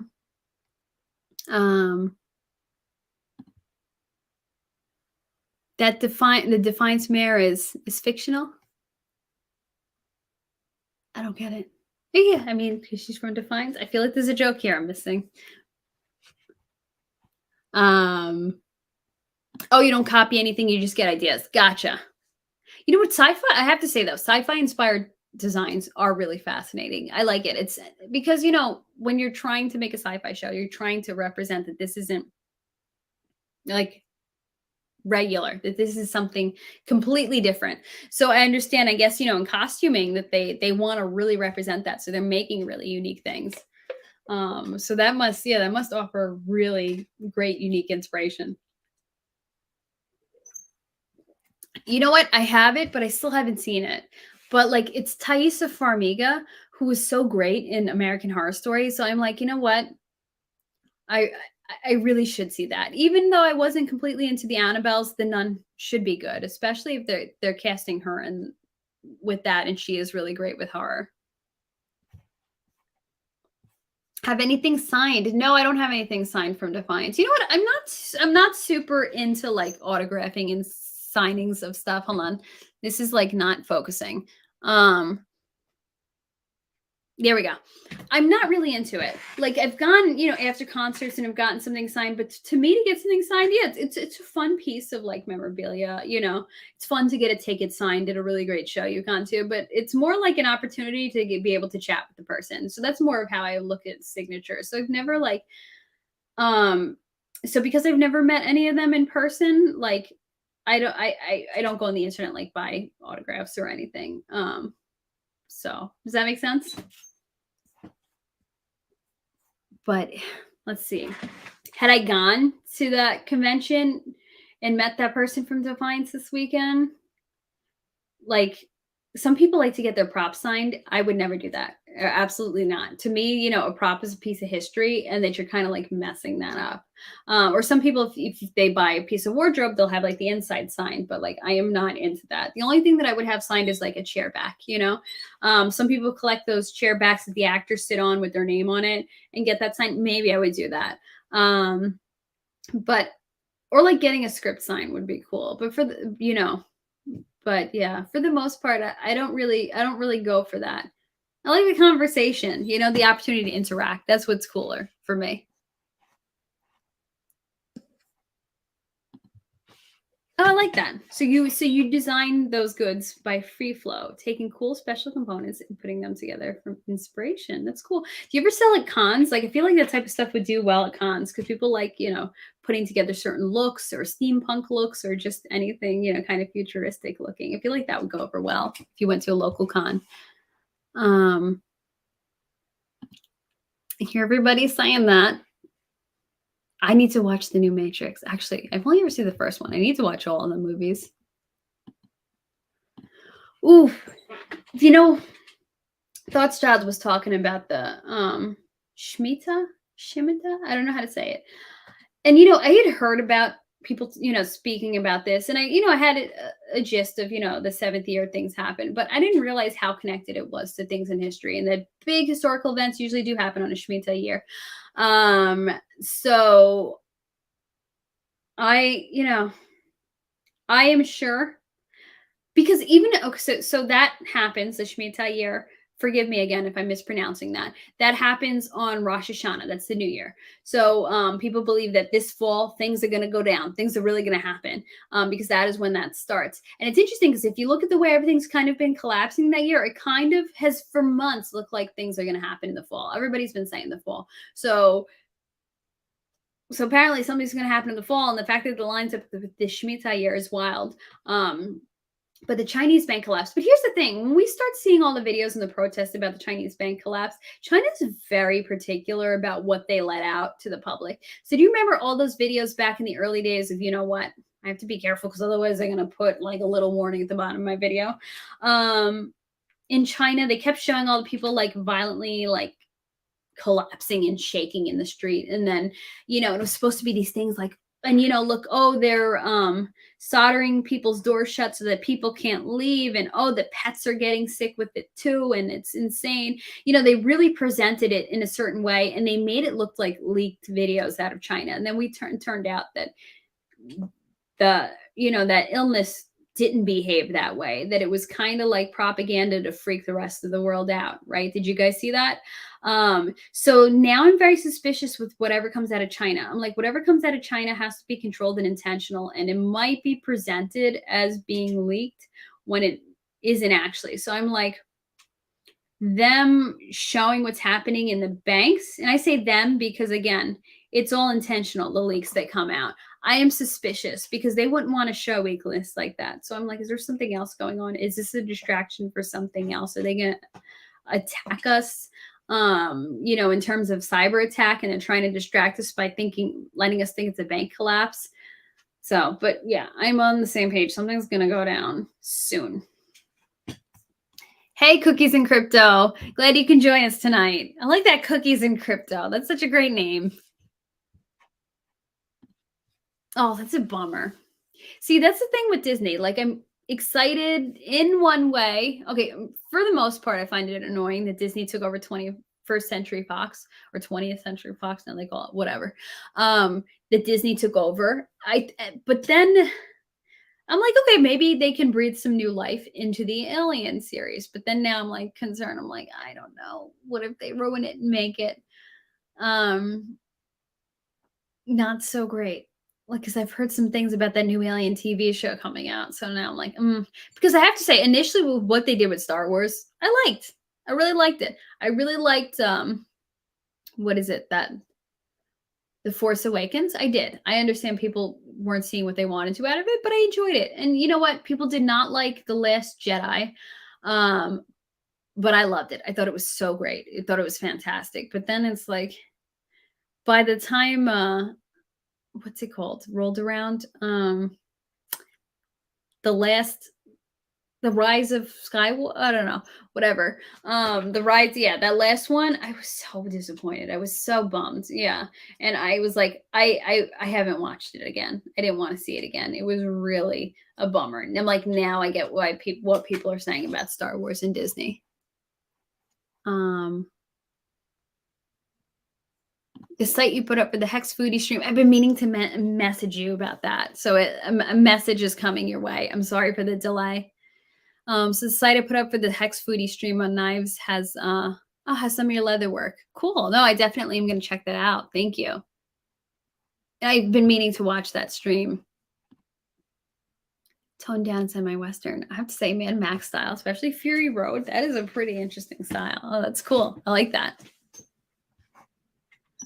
I've been hearing a lot of not happy stuff about Marvel, and I watched one of the Marvel shows. I watched Hawkeye. I'm like, I'm not too into this. I know the original Marvel phases are pretty good. I really liked Thor: The Dark World. People didn't like it. For the most part, stay away from Marvel because I'm not into superhero stuff. I like hard sci-fi, like legit sci-fi. But I did like Captain Marvel because it had a sci-fi bend. Though I think I've made this rant on here. They should have cast Katie Sackhoff instead of Brie Larson, but maybe they wanted, I don't know, somebody, I don't know, a little younger. But Katie Sackhoff would have, like, I think completely changed Captain Marvel. I think it would have been way better received. I mean, look at all the attention now she's gotten for The Mandalorian. Semi steampunk. Oh, cool. I like that. I always find I don't dress steampunk, but I always find it fascinating when I see people go buying it. You know, Defiance had some aspects that were kind of steampunky. Like, do you remember the Arathian, the spirit riders, right? They kind of had steampunk look to them. Um, yeah, no, I know that people did dog the new Star Wars movies, but I liked it. Maybe because I'm a Leia fan, and there were some really cool Leia. There was a really cool Leia storyline happening in The Last Jedi. And you know what? Had she been alive, I think the last movie would have been way better. It's just the fact that they had to kind of pivot when she died. Um, so stuff happens. I think it's so cool though that her daughter's in the movies as Lieutenant Connix, and that now her daughter's goes to the Star Wars celebration. So I really think that's so cool that she kind of took up the mantle. Is that what it? Or took up the torch from her mother and ran with it. I think that's really cool. Katie Sackhoff, I never saw Battlestar Galactica, but my dad is a huge fan. It's like his favorite show of all time. So I kind of had an awareness of who she was. But I started following Trisha Helfer from Battlestar Galactica on Instagram because she is an alumni from the acting studio that I'm a part of. And because I was following Trisha Helfer, I saw her post about Katie Sackhoff a lot. So I started following Katie Sackhoff and I liked her content. She put out good content on YouTube and good content on Instagram. So I'm like, cool. So then she says, I'm making this TV show called Another Life. I'm doing this TV show. I watched it and I loved Another Life. And then I'm like, wow, this is why people like Katie Sackhoff. She is like this really great, like she's made for sci-fi. She's a really great sci-fi actress. And then, so when I saw Captain Marvel, I'm like, I had heard the controversy that people like, oh, Katie Sackhoff should have been doing it. So when I came to that realization, I'm like, yeah. I mean, I'm not going to disrespect Brie Larson. She was fantastic in Room.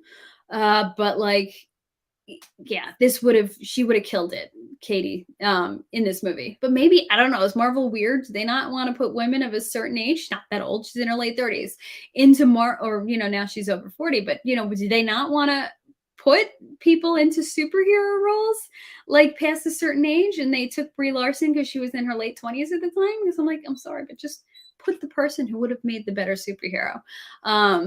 I mean, look at The Boys on Amazon. They put Laurie Holden, who's in her 50s, as a superhero. I don't watch The Boys, but I heard a lot of good things about it. So I'm like, no, just put the actor who's right for it. Stop, paying attention to age. And I know they never said it was an age thing, but to me, that they just wanted the younger actress to play Captain Marvel. Oh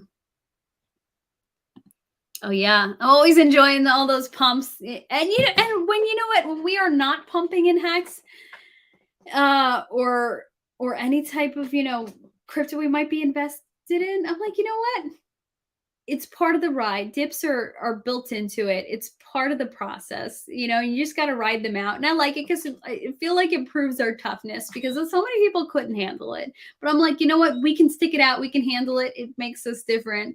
And now Firefly's coming to mind. What is the quote? We've done the impossible, and that's what makes us mighty, right? So we're just sticking it out. We're rolling with it. But of course, I do enjoy the pumps. You know what? Bears beats Battlestar Galactica. I've never seen The Office. So, but I do know that's from The Office, because when I've tried to look up Battlestar Galactica stuff online, that comes up. I own all the seasons and the miniseries digitally. I just need to watch Battlestar. And Katie was in that Western Sheriff 2 show, right? Oh, Longmire, which is another one I've been meaning to watch, Longmire. Because I'm like, okay, if she's good in sci-fi, she's probably good in a Western show too. You know what? I have to watch The Boys now. I don't like superhero stuff, but this seems like kind of like just crazy ridiculousness of superheroes. So I'm like, okay, this might be up my alley. I got my 5555 steak. Yeah. And I hope you guys too. At least have one, even if it freaks you out. I didn't do it for a while because it kind of, made me a little nervous. But, you don't have to take everything you have and put it into that long a steak. You can just put some of it. And that's what I did. So we'll see how it goes. Yeah, we are all in this together. It's nice to have a community, because you know what? When you have the community surrounding you, yes, the community does seem to fight during the dips, but it makes those big dips so much more bearable. It makes the volatility bearable, because there's people who are like veterans of crypto, more than I am. So it's like, okay, they've been through this and they're still here. So, we are all in this together. Yeah. So, all right, we've been on for almost 3 hours. I think I'm going to hop off soon. I have an early morning. But yeah, she was better than the sheriff. That's cool. What sounds really cool? Because I do miss cons. I do miss going to conventions. But the fact that instead of doing a convention, they do Longmire days in the town where Longmire was filmed, and they have all these events and horseback riding and everything happening in panels in that little town. I think it's cute. Oh, you just made for Icosa. What's that NFT? I see everybody talking about that, and I have no idea what it is. So I have to look into that. So thank you for the reminder to look into that.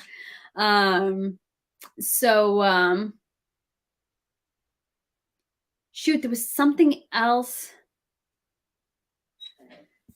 I wanted to. Oh yeah, exactly. Dips mean buy. Yeah. Right, buy the dip is like you're basically buying it on sale. Let me tell you, these dips we've been through, if I had the dry powder, I would be buying into it. So like, well, some people I know have gotten a little nervous about these dips. I've told them, I'm like, listen, I'm riding it out. It doesn't freak me out. And I've told them I would buy more in these dips if I could. I totally would. You know what? If I had $1,000 sitting free right now, that didn't have any other obligations to it, because unfortunately, inflation and everything. So, it's hard for everybody right now. But if I had a spare $1,000, what would I be doing? Honestly, I would buy Hex. In this dip, getting Hex on sale is incredible. I would be buying. Hex if I had the dry powder. So when I see people online who are like, I bought Hex, I'm like, good for you. Go for it. That is awesome. Um Oh, thank you, Insidious Tomas. Yeah, so I am wrapping up here. But you know me, I try to wrap up and then I get distracted and I want to keep talking. So I'm not sure which way I'm going yet. Um, okay, so that's launching tomorrow. So that's the website, icosa.pro. Thank you. Now, oh, I guess it is past midnight on the East Coast, but it starts tomorrow. Oh, okay. I was wondering what caused the pump. That's why. Okay. So do you think it's gonna continue pumping Hedron? Do you think it's gonna stay steady, or is it gonna dip now after, the Icosa thing, passes, or the frenzy for Icosa, whatever you wanna talk about? Um, Pulse X is gonna melt faces, yes. But, I find it concerning that this new Ethereum is now potentially launching before Pulse, I mean, of course, Pulse can launch at any time, but I'm like, you know that beating us to market concerns me. That makes me very uncomfortable because if you don't, because now people have an option. And yes, we know that we're the better product, but people don't necessarily think through things and do their own research to find the better product. They go with what they know. So that's what concerns me. So if gas fees come down on Ethereum and this makes Ethereum better, people are going to stick with what they know. So we need to beat them to market so that, so hopefully they have some delays, Ethereum, but so that people see that we are the better products, and I think that that's what's really going to pump our bags. Yeah, it is a party. I love chatting with you all. Yeah, exactly. I hope it melts faces, both of these things, man. Life change, because that would be life changing generational wealth for all of us. It would be a way to beat the system in the sense of resistance, rebelling against the system that tries to keep us all oppressed and tries to keep us as their drones, their peons. We always say the greatest transfer of wealth from those 1% to regular folks. So this is why they hate crypto. This is why they try to regulate crypto, because they know the power of that. Because when regular folks like us get money, yeah, some people are going to be ridiculous. Yes, some people are going to do bad things. But like the powers that be, all those ruling families with all that money, and they do so much evil. Imagine us doing so much good with our pumped bags. The amount of billionaires that this has the potential to create. And can you imagine all the good that will happen? So it gives us a way to resist. And that's why they don't want it to happen. So I hope we get there. And I hope there's a Ethereum delay, and Richard says he's not timing the market, but maybe he's timing it to launch at the same time. I hope so. Because, and again, like I said, I'm not planning on doing this big dump, but I just wanted to get out because I wanted to be released. I want to see its performance. I want to figure out these other ways to generate income with it, and it's going to change crypto. And so it's going to be an exciting time. So nobody knows, but Icosa is Hedron staking, so less sell pressure technically. Okay, that's good to know. Thank you for explaining that.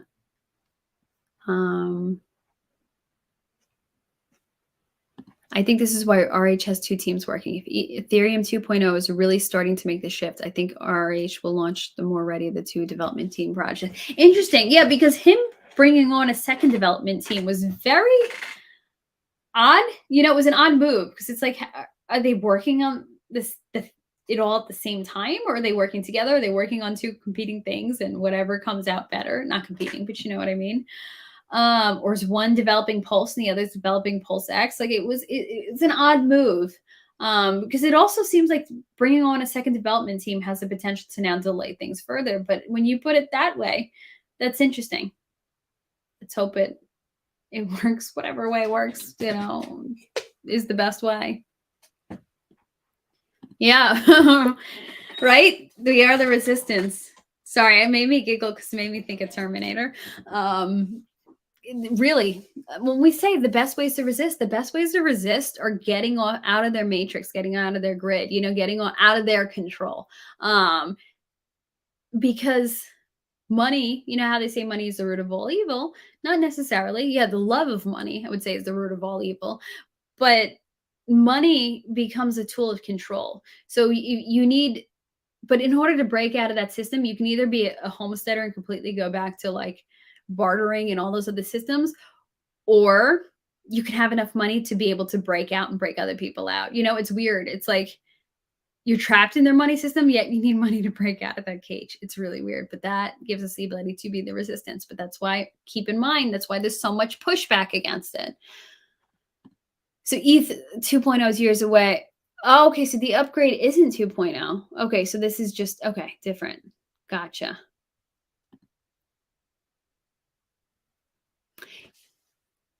Yeah, I've wondered about that. I'm like, wait, if the test net is working, doesn't that mean everything's up and running? But yeah, I know he wants everything to be really perfect so it doesn't have issues, but just not the best MVP. I know, and I'm kind of tempted to be like, just launch it, just go for it. But then it looks bad if it ends up having issues, if somebody finds a vulnerability in it. Um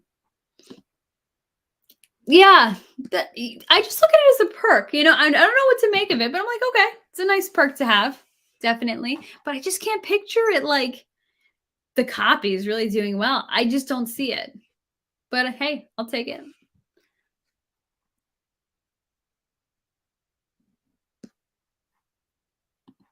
And let's flip Bitcoin. Let's do it.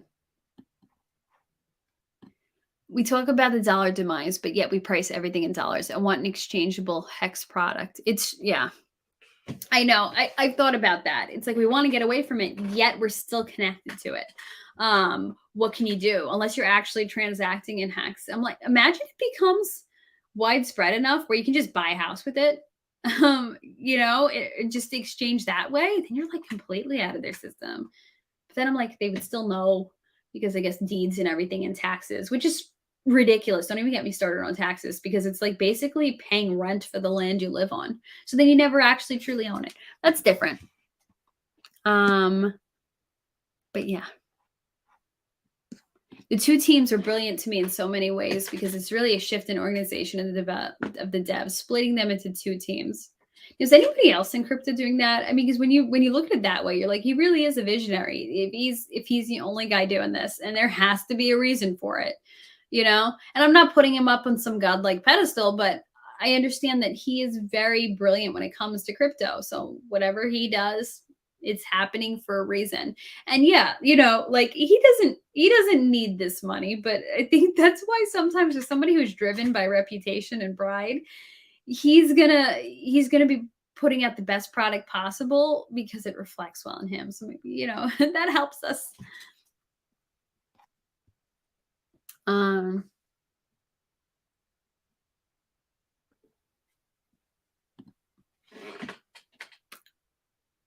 I don't know what $50 happened. Now I'm confused. Did I miss out on this? Interesting. You think we're gonna see another test net? Another one? Oh man, let's just be done with the test nets. I know though. No expectations. Sick of waiting, man.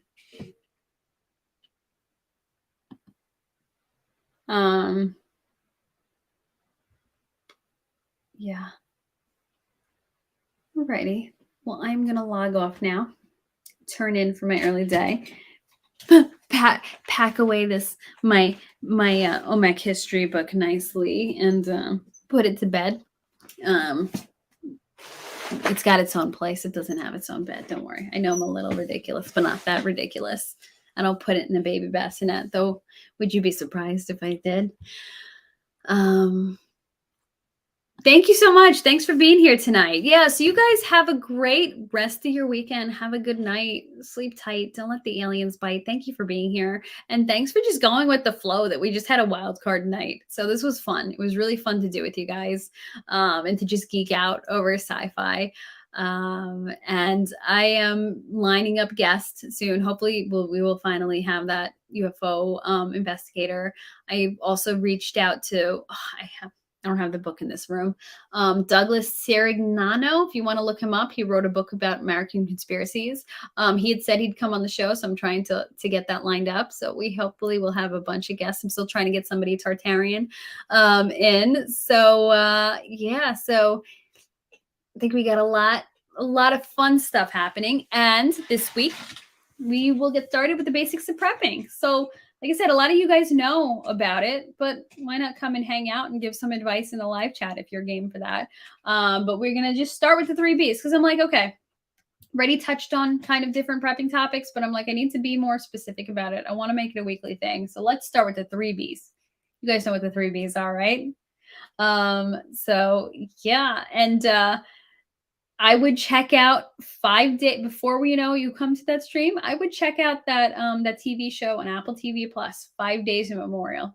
It'll really like make you insane when you watch it. I'm like, I can't get past some of the stuff that happened. So yeah, have a good night. And ET and the Hellbugs and the aliens, that's good night. So is that the Necronomicon? What movie is that from? Is that from, what is the Necronomicon? Oh, shoot. I know this. The one that Ash is in. Evil Dead? Is that what it's from? I've never watched The Evil Dead. I have digital copies. I should watch it. Yeah, so it was a fun chat. And, like, chat was hopping tonight. Thank you guys for sticking around, for just having fun, going back and forth. Yeah. Beans and Band-Aids. Oh, Army of Darkness. That's what it's from. Yeah, and thank you so much to you guys who so kindly like tipped in the chat. You guys are amazing. I am so blown away that anybody would even do that. So thank you guys so much. Thanks for just hanging out on a Saturday night. I'm like, Saturday nights, right? They used to be hopping. Our Saturday nights have certainly changed during these past couple of years, but with the way people have gone and the way people have turned, it's way better to just be hanging out with like-minded people. I think, in a digital chat. So yeah, so thank you again for everything, guys. Thank you. And you all have a good one. I hope to see you back next week. So still trying to figure out what I'm doing next week, which guest is coming on. But as soon as I know, I will update you guys over Twitter. So look at Jazzo Bear Shares channel. Arcanex. Oh, okay. See, because there was no N. I didn't know how to pronounce that. Thank you. So I will look that up. I was definitely a long stream, but I had fun with you guys. So have a good night. Thank you guys. Bye. Sleep tight. Don't let the aliens bite or the hell bugs. And watch Defiance.